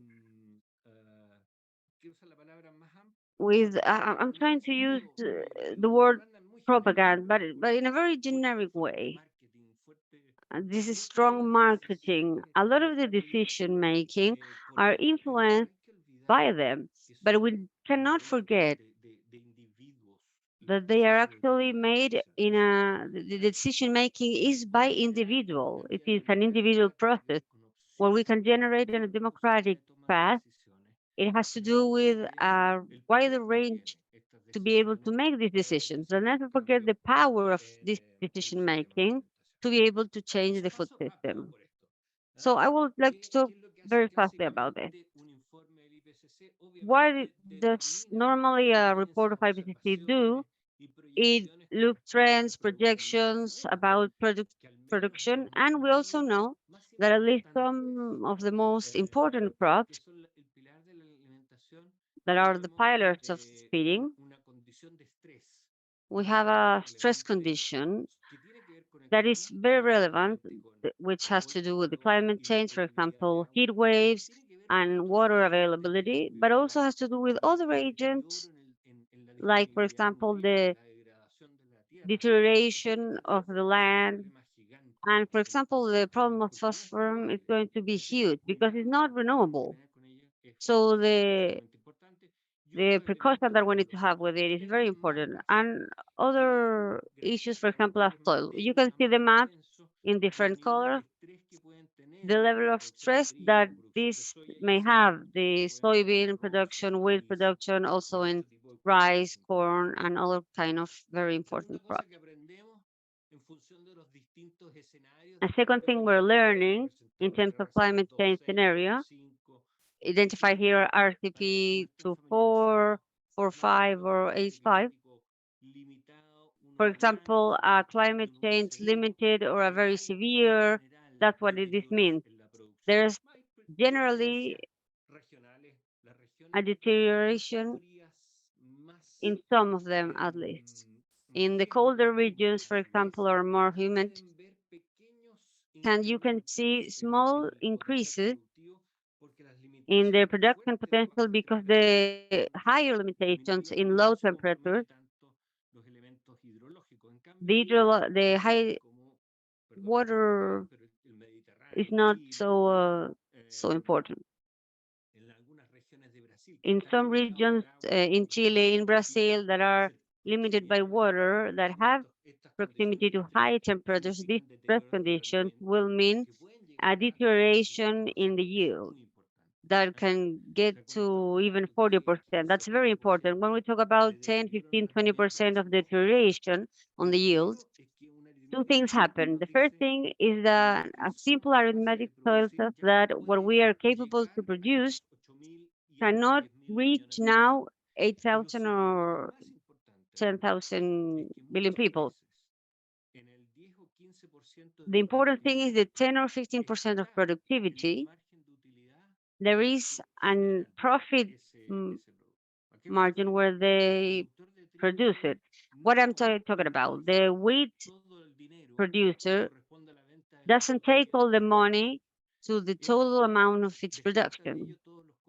It discounts all the costs of production, many times having to access to credit that have a high interest rate, which is very complex in terms of payment.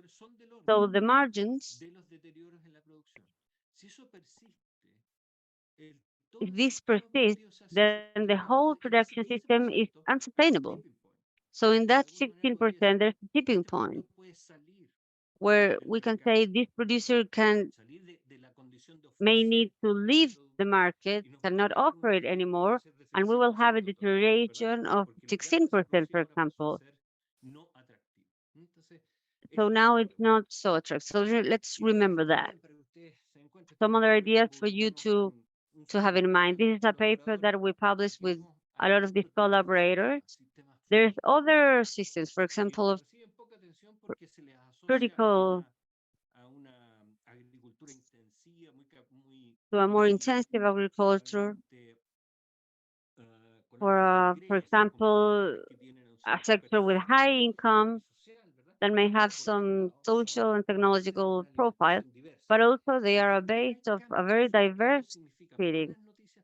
So changes may mean some bad news for some people and good news for other people. Here we talk about suitability, the capability to produce almonds, cherries, apples, etc., that may be very important in diets, and how it would change globally and locally. Our food production, as much as we may want a lower, let's say, diet on meats, on livestock, it's very hard to think that the whole population will become vegetarian. So what happened here, because of different motives, different reasons, what we will have is a livestock production that will have, well, it will be diminished. So it's going to be affected on itself. Cows, sheep, goats, for example, they're going to be subject to more stressful environments in their, for example, in their deterioration in their own lives and how they are produced. The impact chain is very complex. This is another provoking idea. Sometimes we cannot anticipate this. We have a very Cartesian thinking here, but it's not like that. The climate change, especially where in terms of, there's two ideas. Climate change changes the mean conditions. So it makes environment less or more productive, but it also changes the extreme events. So there are some things that may have some repercussion, very interesting academically, of course, but disastrous in terms of social and epistemic reality. Of course, there are droughts and heat waves that it means diminishing the production 30 or 40% less wheat. It means something in the production and food prices.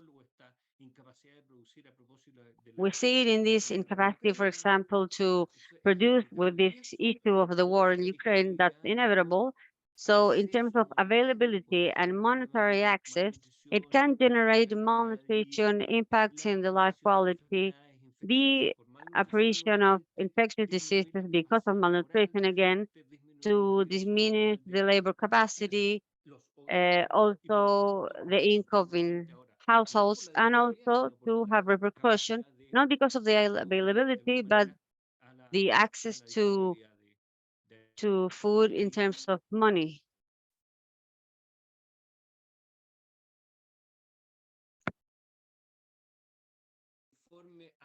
This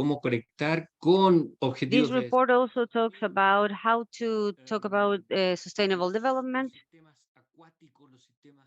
The water system, the marine systems are also going to be impacted, where the regions that cartographically are, as you can see, can be more or less susceptible. Here we have, for example, the fissures that are located in front of Ecuador, Peru, and Chile. They may have a higher, let's say, intermediate susceptibility. Some Nordic countries may have more susceptibility in, for example, the capability of capture species that go up to 45%. The typology of strategy of adaptation that we are trying to see, we have mapped it in terms of the SDGs, and therefore we want those that can have the higher, let's say, amount of points on bigger sizes. We think they have more privileged conditions. We cannot forget the idea of the sustainable intensification, but it has important negative consequences as well. We want to privilege nature-based adaptation, of course, but there are some that we recognize that evidence in how it's connected with SDGs. For example, the quality of education is something that probably we don't have, where we don't have enough knowledge, or there is a direct link. Examples of strategy of adaptation, of course, levels of production, the select of crop varieties, the capacity to satisfy requirements of future consumers. That's very interesting, actually. Allow me to go to a very local example, but it helps to illustrate this. The production of cherries in Chile is very important, but the preference for some varieties is restricted to 2 or 3. So as much as there are some other buyers, the climate change, they don't have an acceptance in the Chilean consumer. So we need to think a little bit more in terms of adaptation. There's also harvesting strategies, processing, storage, and transport. Final word, there are limits for the adaptation. We won't be able to prevent all the damages and all the losses with the climate change. The higher voice of worry needs to be considering that we will have 1.5% degrees of increase.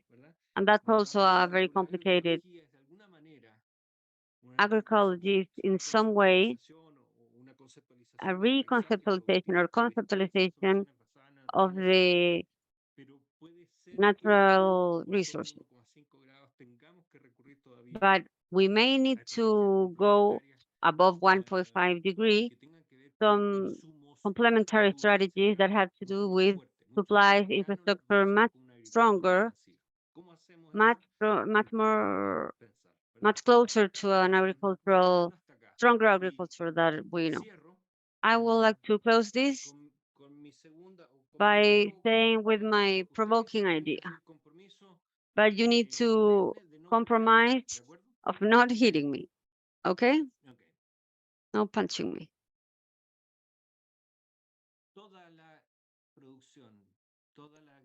All of the production, all of agricultural, it's subject to climate change, all of it.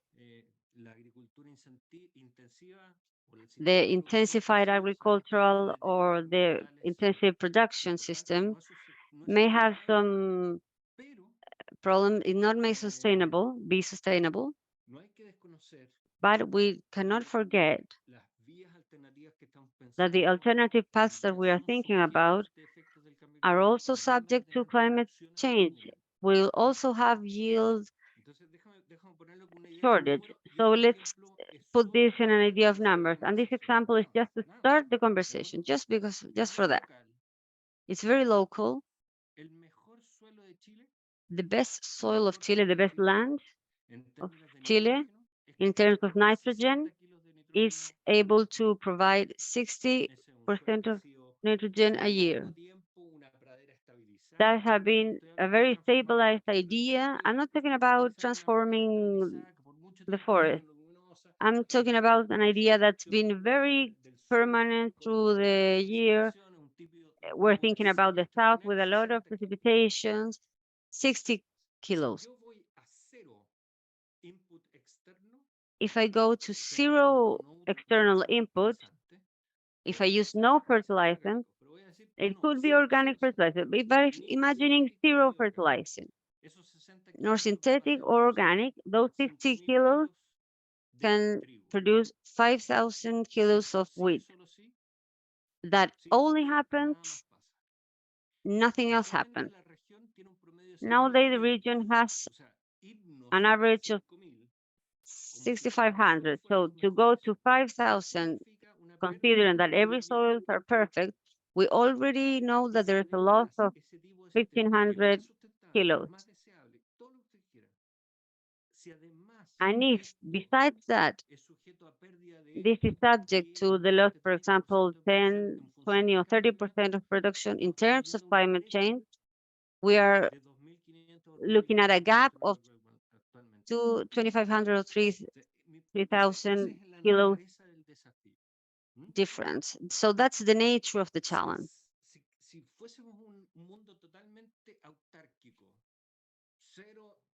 If we're a completely autarkic world, the only way to provide that gap, if we're not going to use anything else, is through additioning land or soil. So the question for you to talk about this, what are the losses that we're going to have in these processes?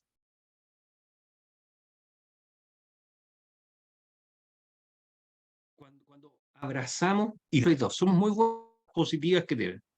Y es un There are ejercicio positive things that we have, and it's very reasonable and very reasonable exercise a los escépticos nuevamente y to probablemente go a against these toda esta septic propaganda. people or to all of this Pero propaganda, as I claro, say. ¿cuáles son las cosas que perdemos? But we need to be Es clear of muy importante. what things we are going to lose. Y la segunda It's cosa very para important. So I leave que you with somos that. And the second académicos, thing is for those of us who are more academic y más académicos, más cercanos a mí, que yo and les decía closer que nos to gusta me, un poquito más really, cuantitativo, we like a more quantitative creo que world. tenemos que empujar por tener We need to modelos push to have sistémicos mejores, a better systemic model that incorporates all of these variables. The discussion of the previous table was pertinent, very interesting. It fills us with the richness of the local experience. I admire it a lot. But I need something that helps me use hierarchy, because we need to find policies that make sense. We cannot try and fix everything. The reality of a world of scarce resource, it's not in terms of market, that's thermodynamic. I don't know, it's in how things work. We are limited by energy, water, nutrients from a lot of things. And we don't have all the elements to satisfy the need. So to have policies that make sense, we need to make an effort, and the agricultural schools, the thought schools in terms of sustainability, to develop conceptual frameworks that helps us to quantify benefits and costs of all of these options, because that's how we're going to make more responsible decisions. Thank you very much, Caterina and Gonzalo. Thank you very much, Francisco, for your very important presentation, clear presentation, with including all the aspects when it comes to local and global truth or realities. Now we can open the session for the discussion. We got a colleague, Luigi Russo, from the Ferrara University. And I know that Luigi would like to present something, but well, that was not previously planned, because there are other people from other universities and they asked about that, but we decided that we'll have first, that now we will have just a 5-minute intervention by everyone. That will be another possibilities for giving your presentation. Yes, Luigi, if you want to make a comment, please, the floor is yours. Hello, everyone. Yes, I prepared 9 slides to remain in the 5 minutes, only to facilitate the understanding of my intervention, if it's not a problem. Because I would like to share with you some legal aspects concerning the relationship between the agricultural production and the protection of the environment. I try to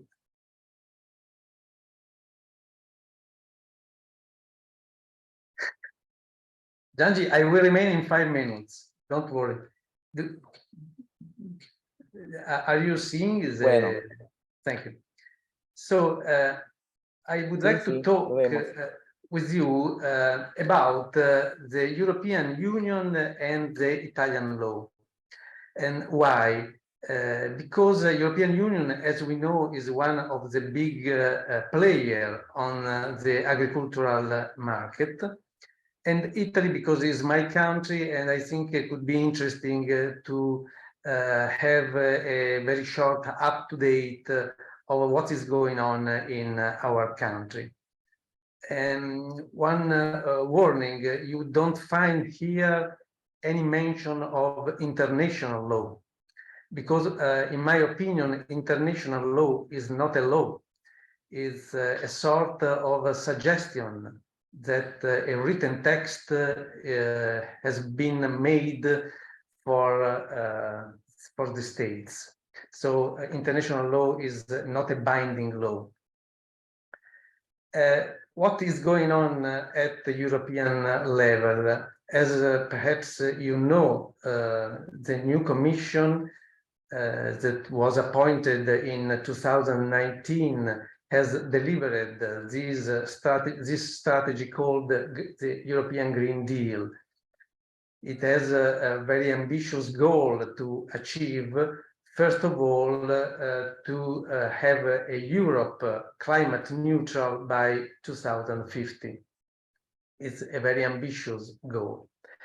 And every sector is involved in such a goal, so also the agri-food system.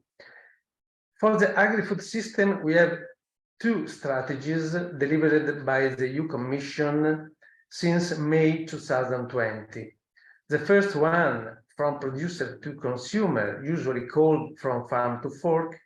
The second one, on biodiversity for 2030.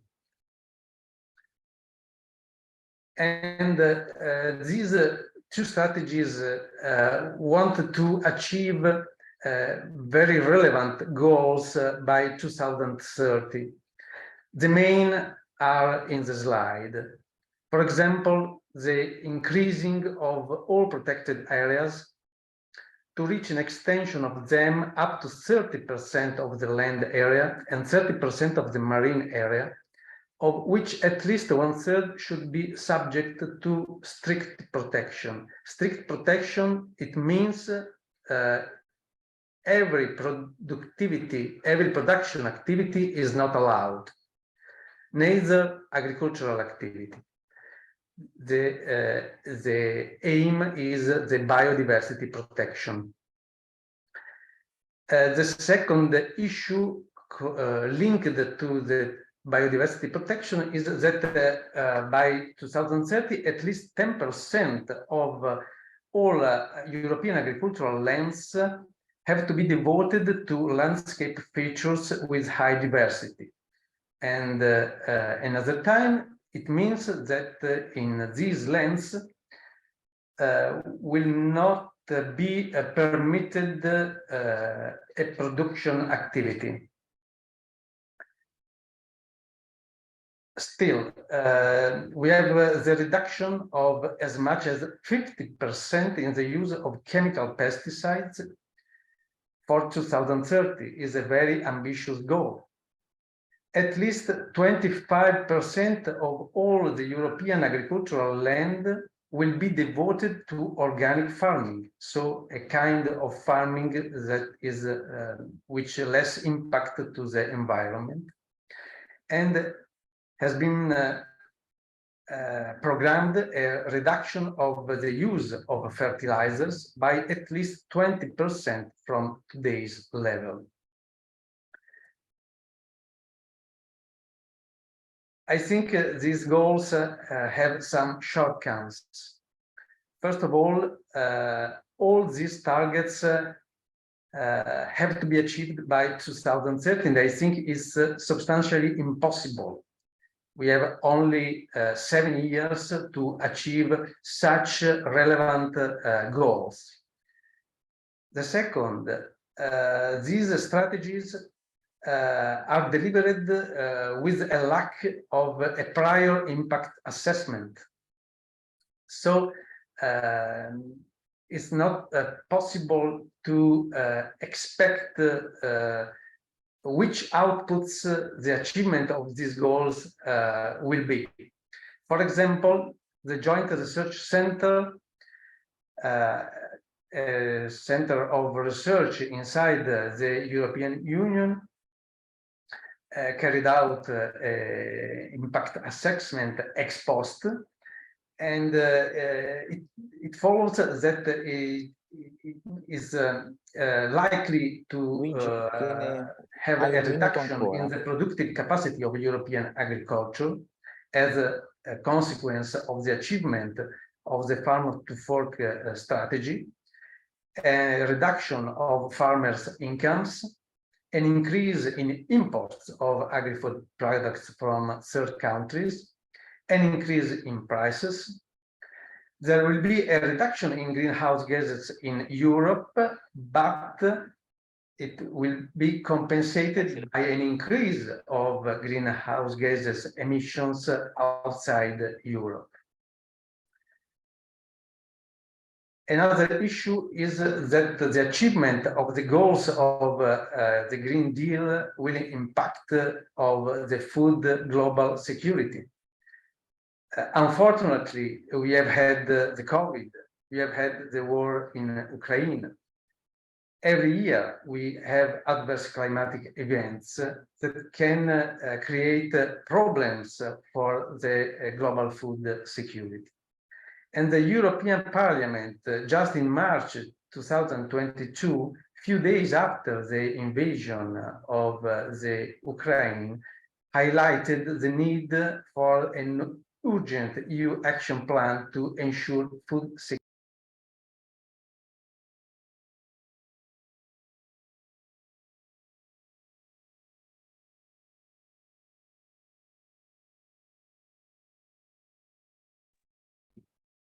Luigi, okay. Now you hear me? Can you hear me? Sì, Luigi, dovresti chiudere però, molto rapidamente. Okay. I come to Italy only for reminding that our constitution has been amended in last year. The Article 9 said that the Republic protects the landscape with no mention of the environment protection. Now, with this amendment, the new Article 9 has included a reference to the protection of the environment, protection of biodiversity and ecosystems.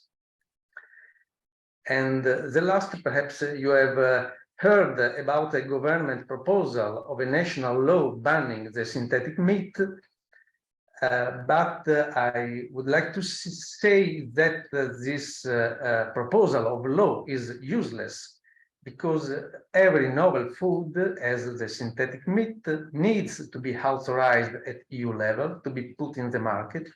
And on the other side, in contrast to the EU legal system, because a domestic law cannot prevent the marketing of unauthorized stuff. I'm sorry if I have breached the limit of 5 minutes. Thank you for your attention. Muchas gracias, Luigi, muchas gracias. Thank you very much, Luigi. Entonces, podemos volver a la discusión. Coming back to this discussion on the presentation by Francisco Mesa, and discussing over the aspects he mentioned, the many aspects Francisco have mentioned. Is there anyone who would like to make any comment? So I remind you there will be 5 minutes so that the rest can also give their intervention.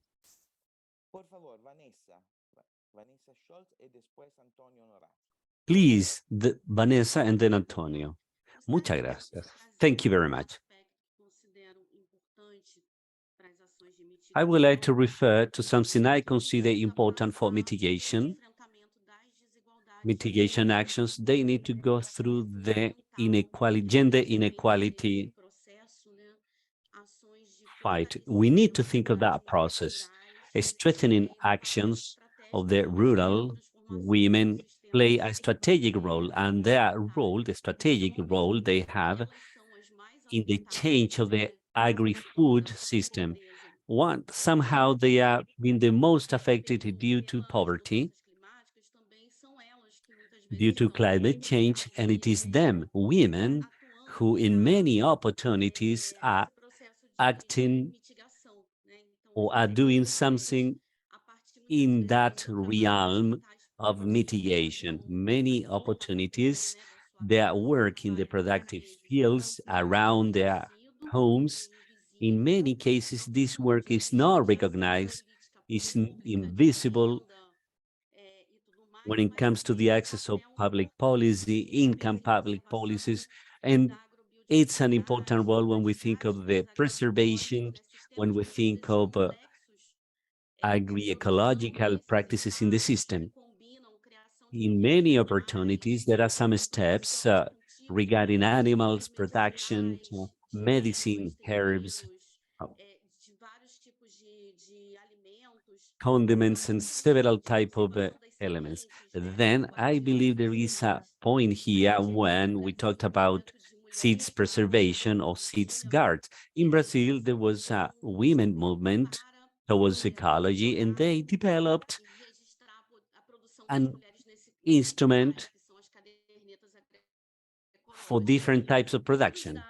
A gente viu em 400 cadernetas preenchidas por 400 para sua produção para And there consumo. was a conversation about the price for the consumption, for the donation, and for the sale. Important diversity for products.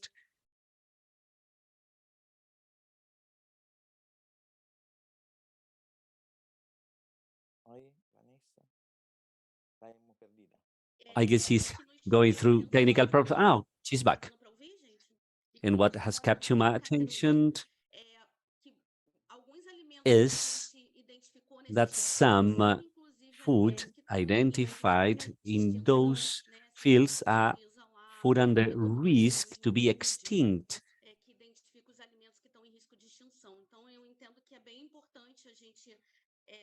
Then that's something that is important to keep in mind. This is about thinking actions for mitigation. We need to think that public policy need to go towards that direction of strengthening women and their access to territory and public policies. Thank you very much. Thank you very much, Vanessa. Antonio, please, the floor is yours.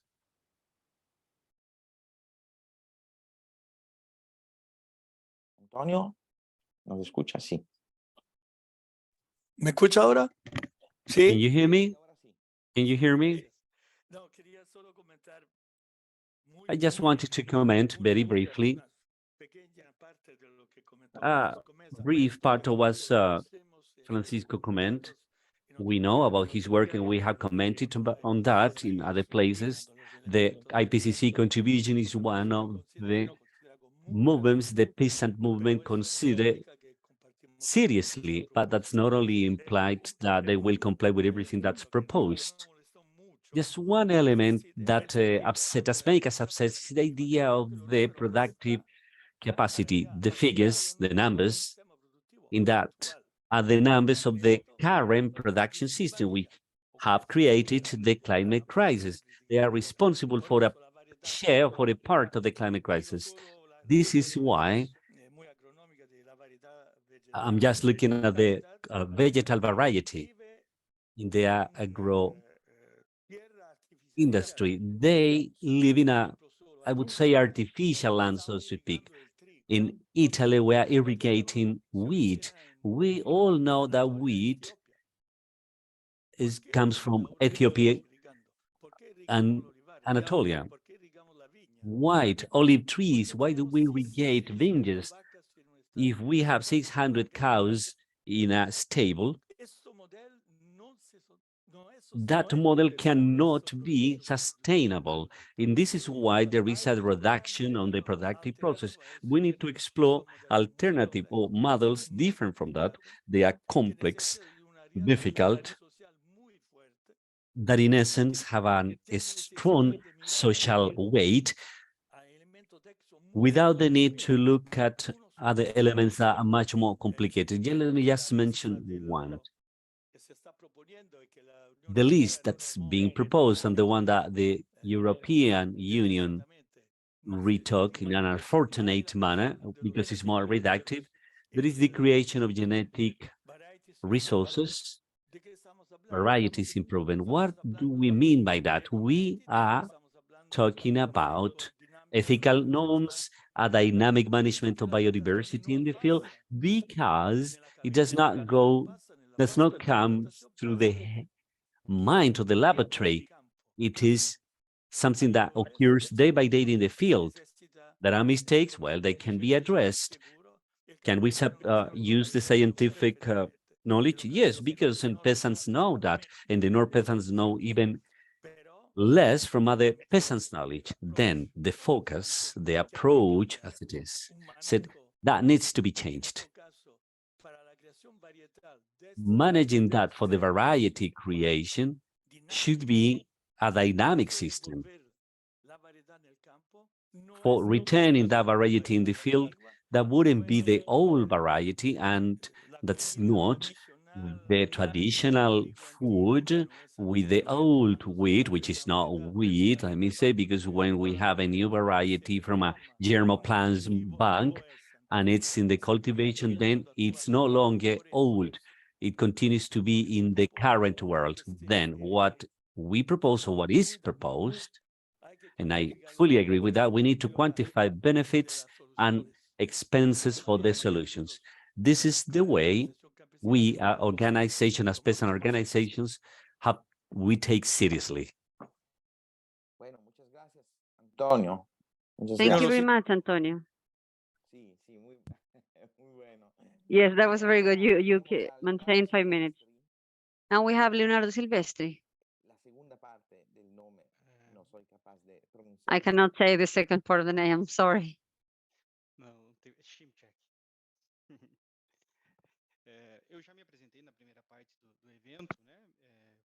I already presented myself in the first part of the event. I'm from Sustentables, and I would like to share a little bit about our challenges in terms of what the professor has told us about. It's a very important issue to think about the sustainable production. But personally, connecting this to the rate of the production, because there is a higher demand because of the population, there are other issues in terms of the distribution of foods and the quality of food. But I think that one of the main challenges is to raise the production in a sustainable way. And we have some pressure in terms of the state of Paraná, where we don't have the possibility to raise in new areas of production. To give you a context, 20% of the area of the rural producers that are preserved as minimum, we need to preserve 20% of the area. And that is restricted to the rate of production, many times connected with the productivity, conscious use of the defenses. And this is a challenge that we're trying to improve through research and technical assistance. But another alternative that we have used is the verticalization of the production. What does it mean? Is the increase of the production based on the production of grain, corn or wheat. I'm simplifying because there's a huge diversity of production. And then can be increased with the production of livestock, chicken, poultry, milk, cattle, and this will decrease the need to increase the area where it's produced. One of the alternatives that we have looked to, even associated to the cooperatives, is that at the end of the year, they have a profit. The profit of the cooperative, it's transferred to the members. It's distributed in terms of their functions throughout the year. That profit, it's taken to the distribution and it goes back to the producer. So the cooperative doesn't have a profit final.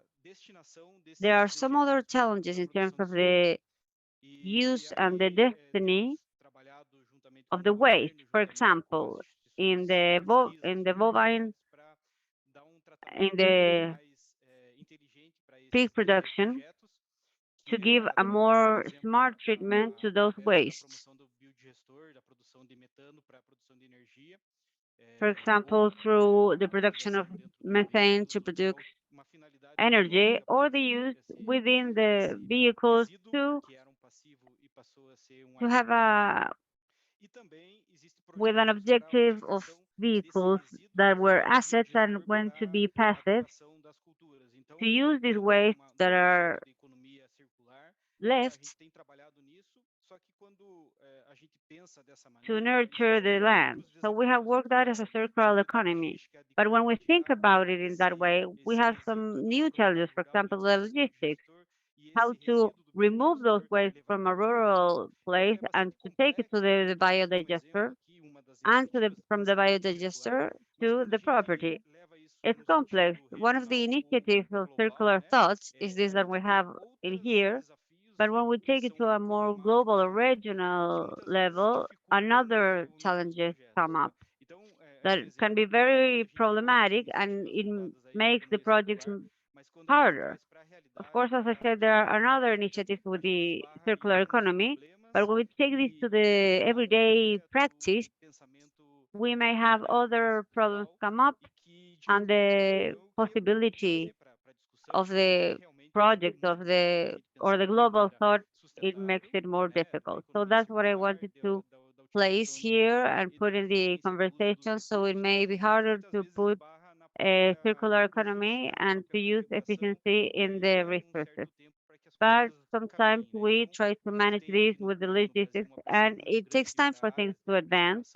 Here in Brazil, we have a high pressure when it comes to the preservation areas, to maintain those areas that are legal, but of course we have other points that we need to work on, and that many times we're looking for the more economic or the market path, but always thinking or directed towards circular economy and sustainability. That's our experience, and I think a well-done presentation would be more illustrative.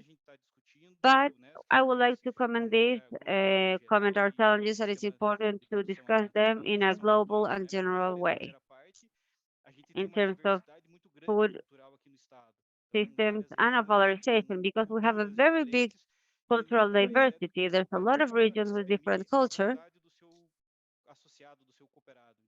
and the cooperative just wants to express the will of their associate. It makes action for the needs that the associate have or are presenting. It's a social expression of their will for the development, the social and economic development. So I try to be brief, and that's what I wanted to say. Thank you very much. Now we have some more intervention. Caterina, Gonzalo, and Leon. Yes, don't worry, I'm going to be very fast. I just want to make comment on methodology of Professor Mesa. It's something that I've been facing right now. Well, my PhD work is on a food system on a municipality of Santiago, Cerro Navia.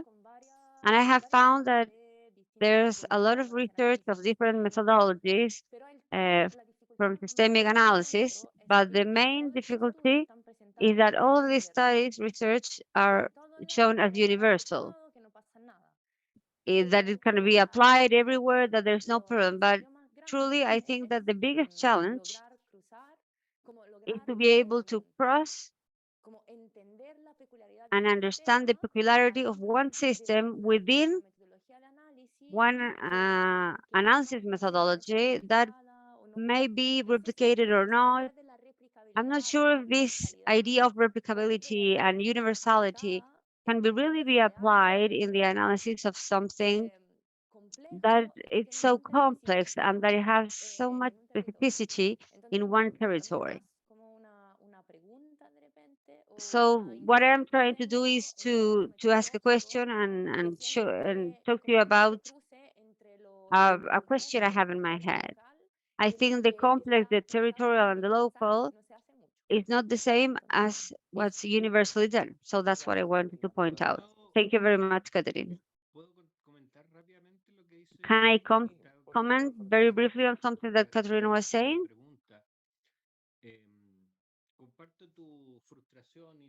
I share your frustration and your anxiety. And I think we shouldn't be so scared to develop something that is local, that recognizes the local particularities. Many times we think that this hasn't been published, or maybe we don't know where it has been made or researched, but as long as we are transparent with the questions it has, the assumptions, and with the critical conversation that we can do, then it will only be a contribution. A lot of these things will be inspired in global, but we need to do a fine-tuning, a local fine-tuning that is very important. So in terms that we comment that, we shouldn't have that problem, that much problem. The only risk is that when we construct systems in this operational way, and we end up answering questions for what the system was designed. So we need to be very critical. It's maybe a harder path, but don't be so afraid of it. Thank you very much, Francisco, for the precision and for the help. Gonzalo, please go ahead. You may have the floor. Thank you, Francisco. I also have a question for maybe to answer at the end of this, but I just want to point up something of how these challenges of adaptation challenges of the climate change, that the climate change is posing for us, that the report is presenting, it requires to look at ourselves only from the production area, but also from the side of the consumption. Probably if we think of the production from the current consumption, it's going to be very hard to think of systemic solutions to a global problem that we are facing. So therefore, I think that this idea that we have shown today, and to put different actors in the conversation, makes even more sense to the symposium. And the question for Francisco that I suggest that he answers at the end, but if we can answer maybe Guillermo can continue and then he can finalize with this question. In what way are we trespassing? In the first panel, they said we need more science, and Francisco tell us that we need more models on how we advance in these challenges. So how are we trespassing these preoccupations in the formation of new professionals that are working in these areas, Francisco? Being a part of a faculty that works with these problems. So how are we forming people technically and professionally to this changing future? Thank you, Janji.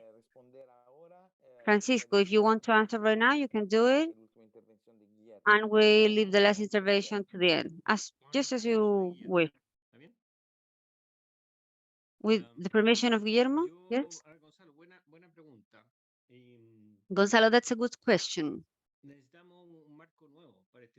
We need a new framework for these complex systems. We will not answer this from an agricultural faculty, and we will not answer from a sociology institute. As a matter of fact, a lot of things that they propose is crazy from the production point of view. So we don't talk, if we don't dialogue, we will not understand each other. These issues are more in the framework of sustainable development institutes, but they require that every student is available and disposed to understand the sustainability and to transit between physics and socioecology. We need to a corpus of education, very interdisciplinary, for this to be very, very strong. You cannot come from different parts to compose one group with just one way. We need to have a common ability. And for this problem to one global health as well, for problems of transition, energetics transition. For all of that, that means global sustainability in framework of climate change. We need a very different formation of what we have. Thank you, Maria Francisco. Guillermo, please, you have the floor. No, no te escuchamos. We cannot listen to you, Guillermo.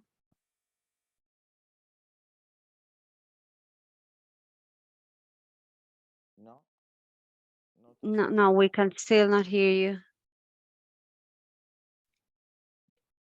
Probablemente tiene que salir e ingresar nuevamente. Maybe you need to. Oh no, there we go. There we go. Agora sim. Bom dia a todos e todas. Quero agradecer pelo convite.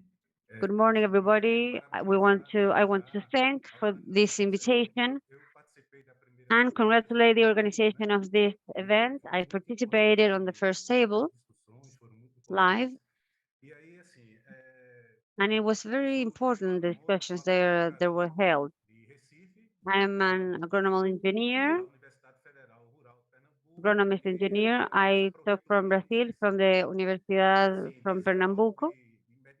And here in our extension, I want to say that I am an agronomist engineer. Dos vieses dos agrônomos. And as the Professor Francisco said, there are some warnings about biases from agronomists in terms of climate change.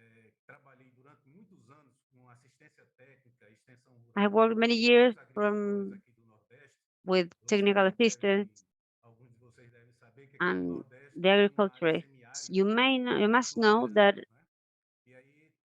there's a very large semi-dry area, so we have very hard agriculture to make, that it's been done with irrigation directly. I ended up working with one of the public policies of the social control, which is what I wanted to propose in this discussion. But once it's agronomy, it's always agronomy.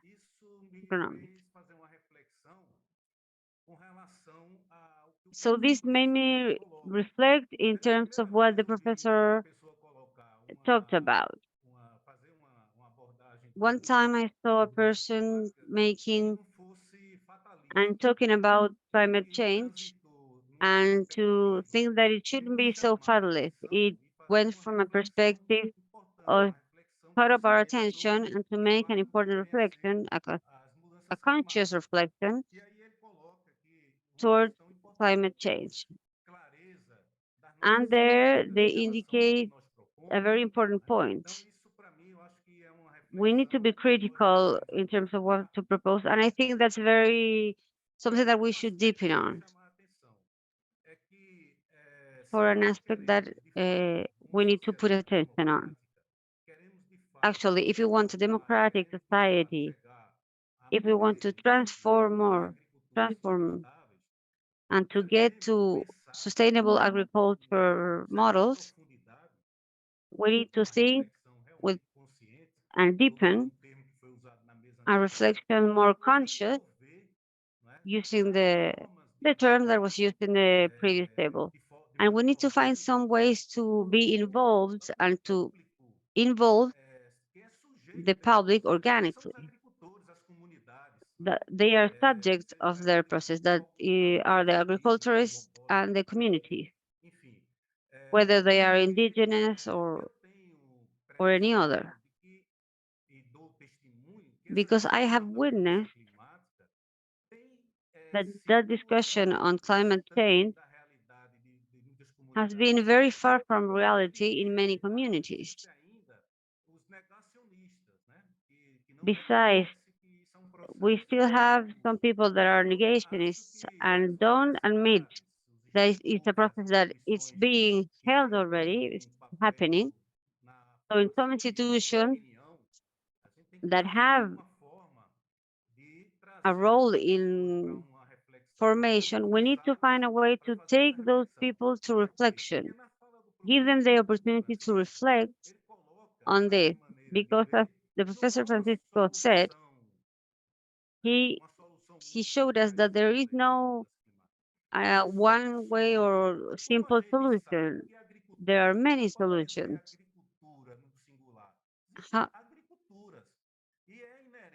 There are not one agriculture, but agricultures, and we can see there's a close relationship with the nature elements. The Green Revolution, which was the one that brought us an ideal to standardize agriculture, to try to standardize it in Brazil and other regions, but I'm going to talk about what happened here up until some years ago. We were doing some preparation of the land, going back to the vertical land, and exposing the land to very high temperatures. Nowadays, we use the direct crop without changing the land or the soil. A few years ago, we did a very severe critic. Now we do that critic, and it has been proved. And it means that the research and the extension, the technical assistance are fundamental, but the dialogue with the small agriculturists and indigenous communities are also fundamental. Because if we remain with the idea to verticalize knowledge from top to bottom, those are adaptation process that will not be held in a local level. My mission will be in what Professor Francisco said,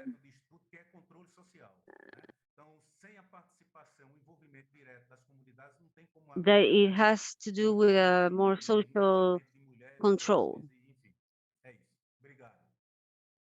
There has to be a commitment from all the society. Thank you.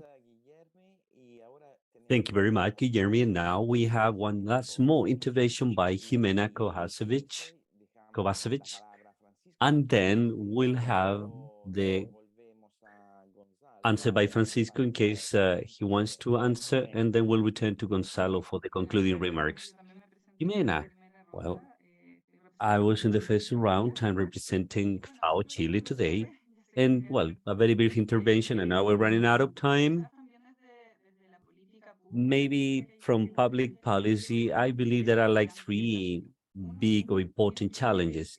One has to do, probably it's been mentioned, in some aspects are important, and one of them is very relevant, and how we can generate incentives in order to promote this transition towards a more regenerative, sustainable approach with adaptation to the climate change. And in that sense, how mechanisms can be generated for investment for this type of initiative, how the bank is involved, private banks are involved, generating incentives, enabling the farmers to have support in order to transit towards that.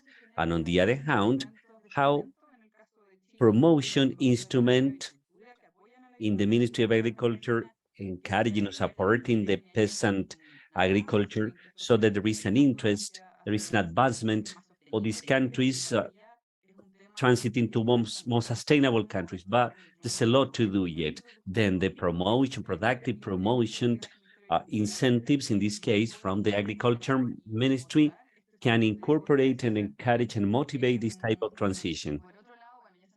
On the other hand, well, everything about indicators has been mentioned, but it's very relevant to move on towards an integration of the various type of indicators, whether they economic, social, environmental. There's a lot of experience in the case of Chile on the level of the different regions taking ecological and economic indicators, but there is an integration missing. And somehow a standard generation enabling going towards to a national system of information. And finally, and Gonzalo mentioned that, and it's about how can we work from the perspective, from the agri-food system, also the consumers, how to motivate the consumption of the more sustainable food, how to generate food being healthy and sustainable, but with an accessible price for the population. So all these about articulating this with the consumption and considering the demand, there's still many things to do and to work on. Those were my words. Thank you very much, Jimena. Thank you very much. Francisco, would you like to make any comments now? Just like my predecessor as a keynote at this table, so I thank you for the interaction. I thank everyone. Something provoking and making this process continue, this reflection process continuing. I just want to mention and comment on what Jimena has said about the indicators, about the information systems. That's a challenge in itself. I'm working for the Agriculture Ministry in what are indicators for adaptation to climate change so that we can have a follow-up activity. Is not only agriculture, it's food system, it's also agriculture. And I have to say that regardless of how much dedication you put on designing those perfect system of indicators, just monitoring those will become a difficulty. There's a commitment. You may want to have 60 indicators, but honestly, having all that information and process all that information make you decrease this to 10. I'm just using numbers so that we can understand the idea behind this. And when it comes to consumption demand, I've been thinking, if this is 5 times more expensive, the problem is not a price incentive. The offer should be available so that we can refer to some other processes. It's about the demand. With not enough people demanding that, maybe I would address that in that way to incentive that type of things, probably like a initial subsidy or grant, but once this is established, there will be more offer and that will make the price stabilize at some point. That probably kind of naive. That was my proposal. Thank you very much, Gonzalo. I need to leave now, so I take this opportunity to say goodbye to everyone. It's been a wonderful conversation. Thank you very much, Francisco.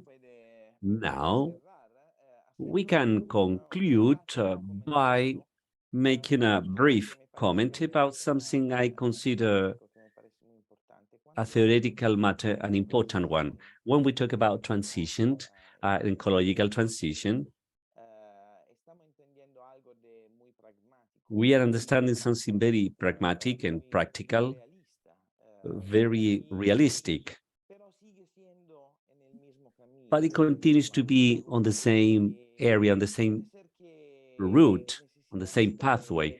We might need to start to talk about reconversion, a total reconversion of the system. This is like something like a topic, but we need some utopia so that we can reach those high peaks. In our horizon is that height, and then to transit towards that transition. That might be more pragmatic, but it doesn't have an almost eschatological vision.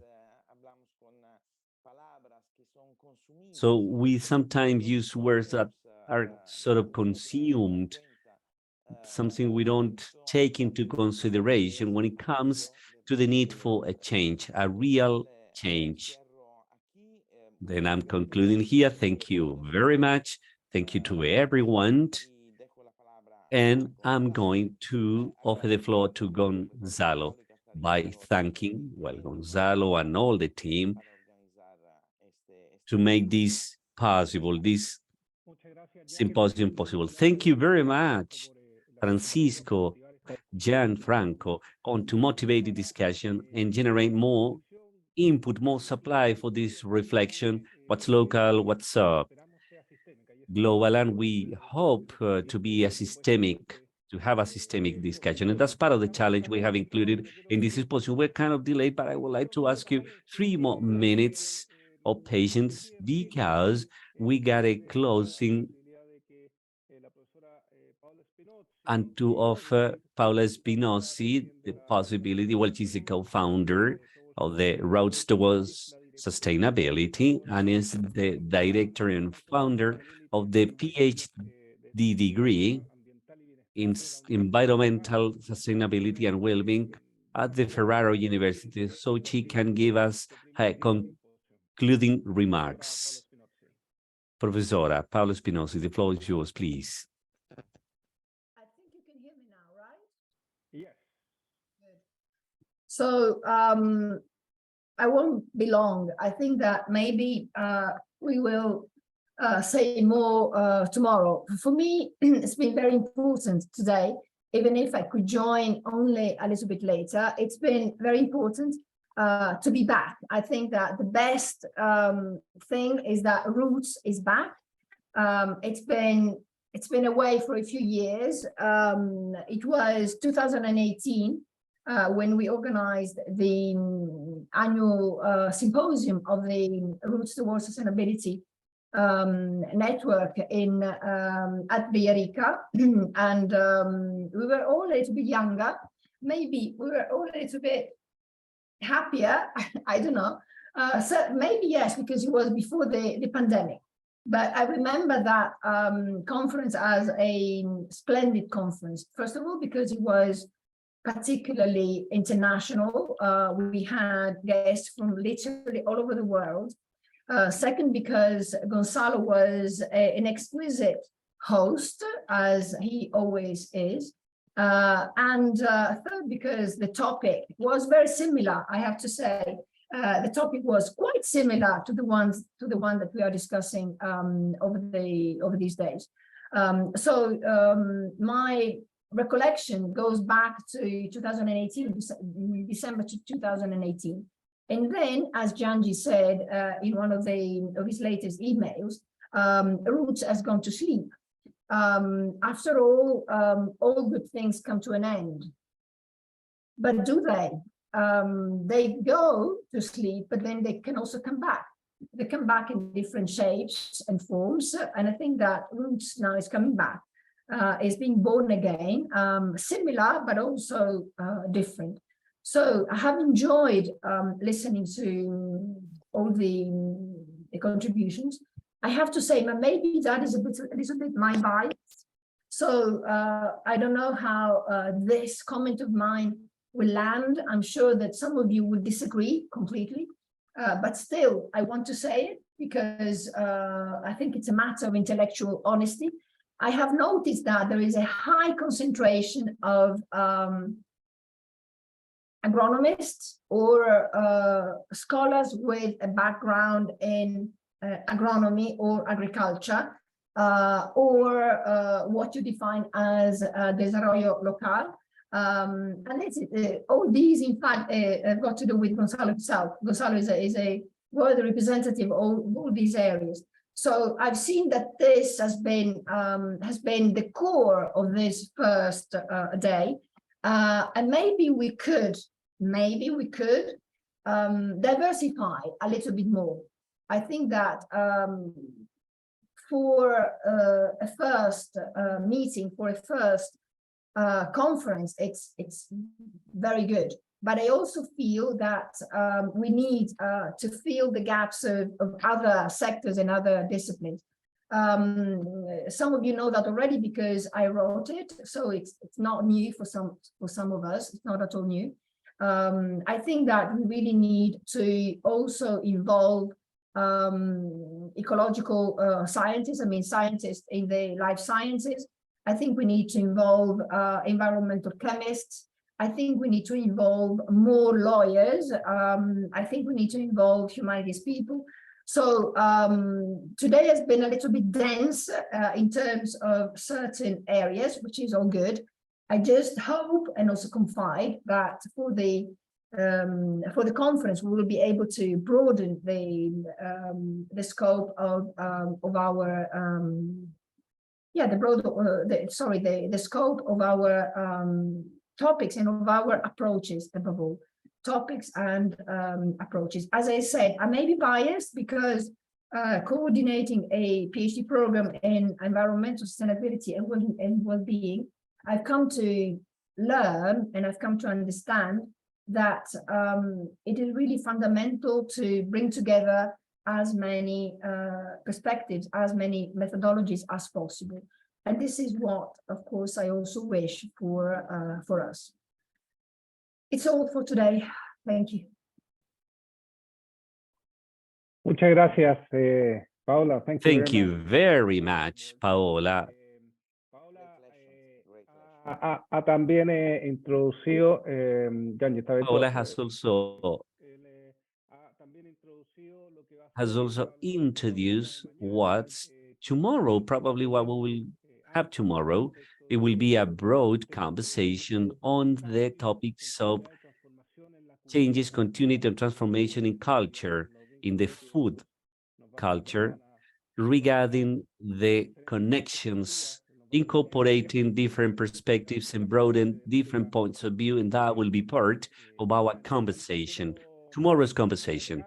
I would like to highlight the value this conference has had, which has been able to incorporate people working at the academia, people working at international organizations, public institutions, people who are directly working on production or productive systems as a way to generate a conversation, not only towards interdiscipline, and as Paola says, we can even do more towards that direction, but at the same time, transdisciplinary in terms of incorporating knowledge coming from various knowledge sources from different places. That has been part of the goal we have set in this symposium.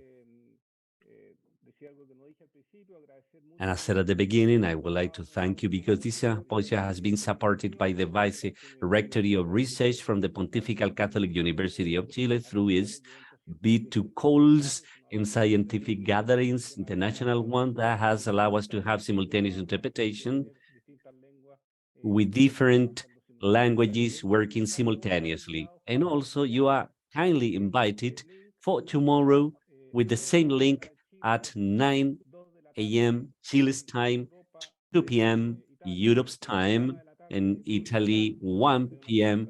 in Portugal. We'll have a presentation from Portugal tomorrow to connect and continue talking about these subjects. Thank you very much to all of you and see you tomorrow. Thank you very much, Patricia. Thank you very much, Pancho, Gianchi, Paola, everyone who's been part of this organization. See you tomorrow. Thank you very much, everyone. Gracias.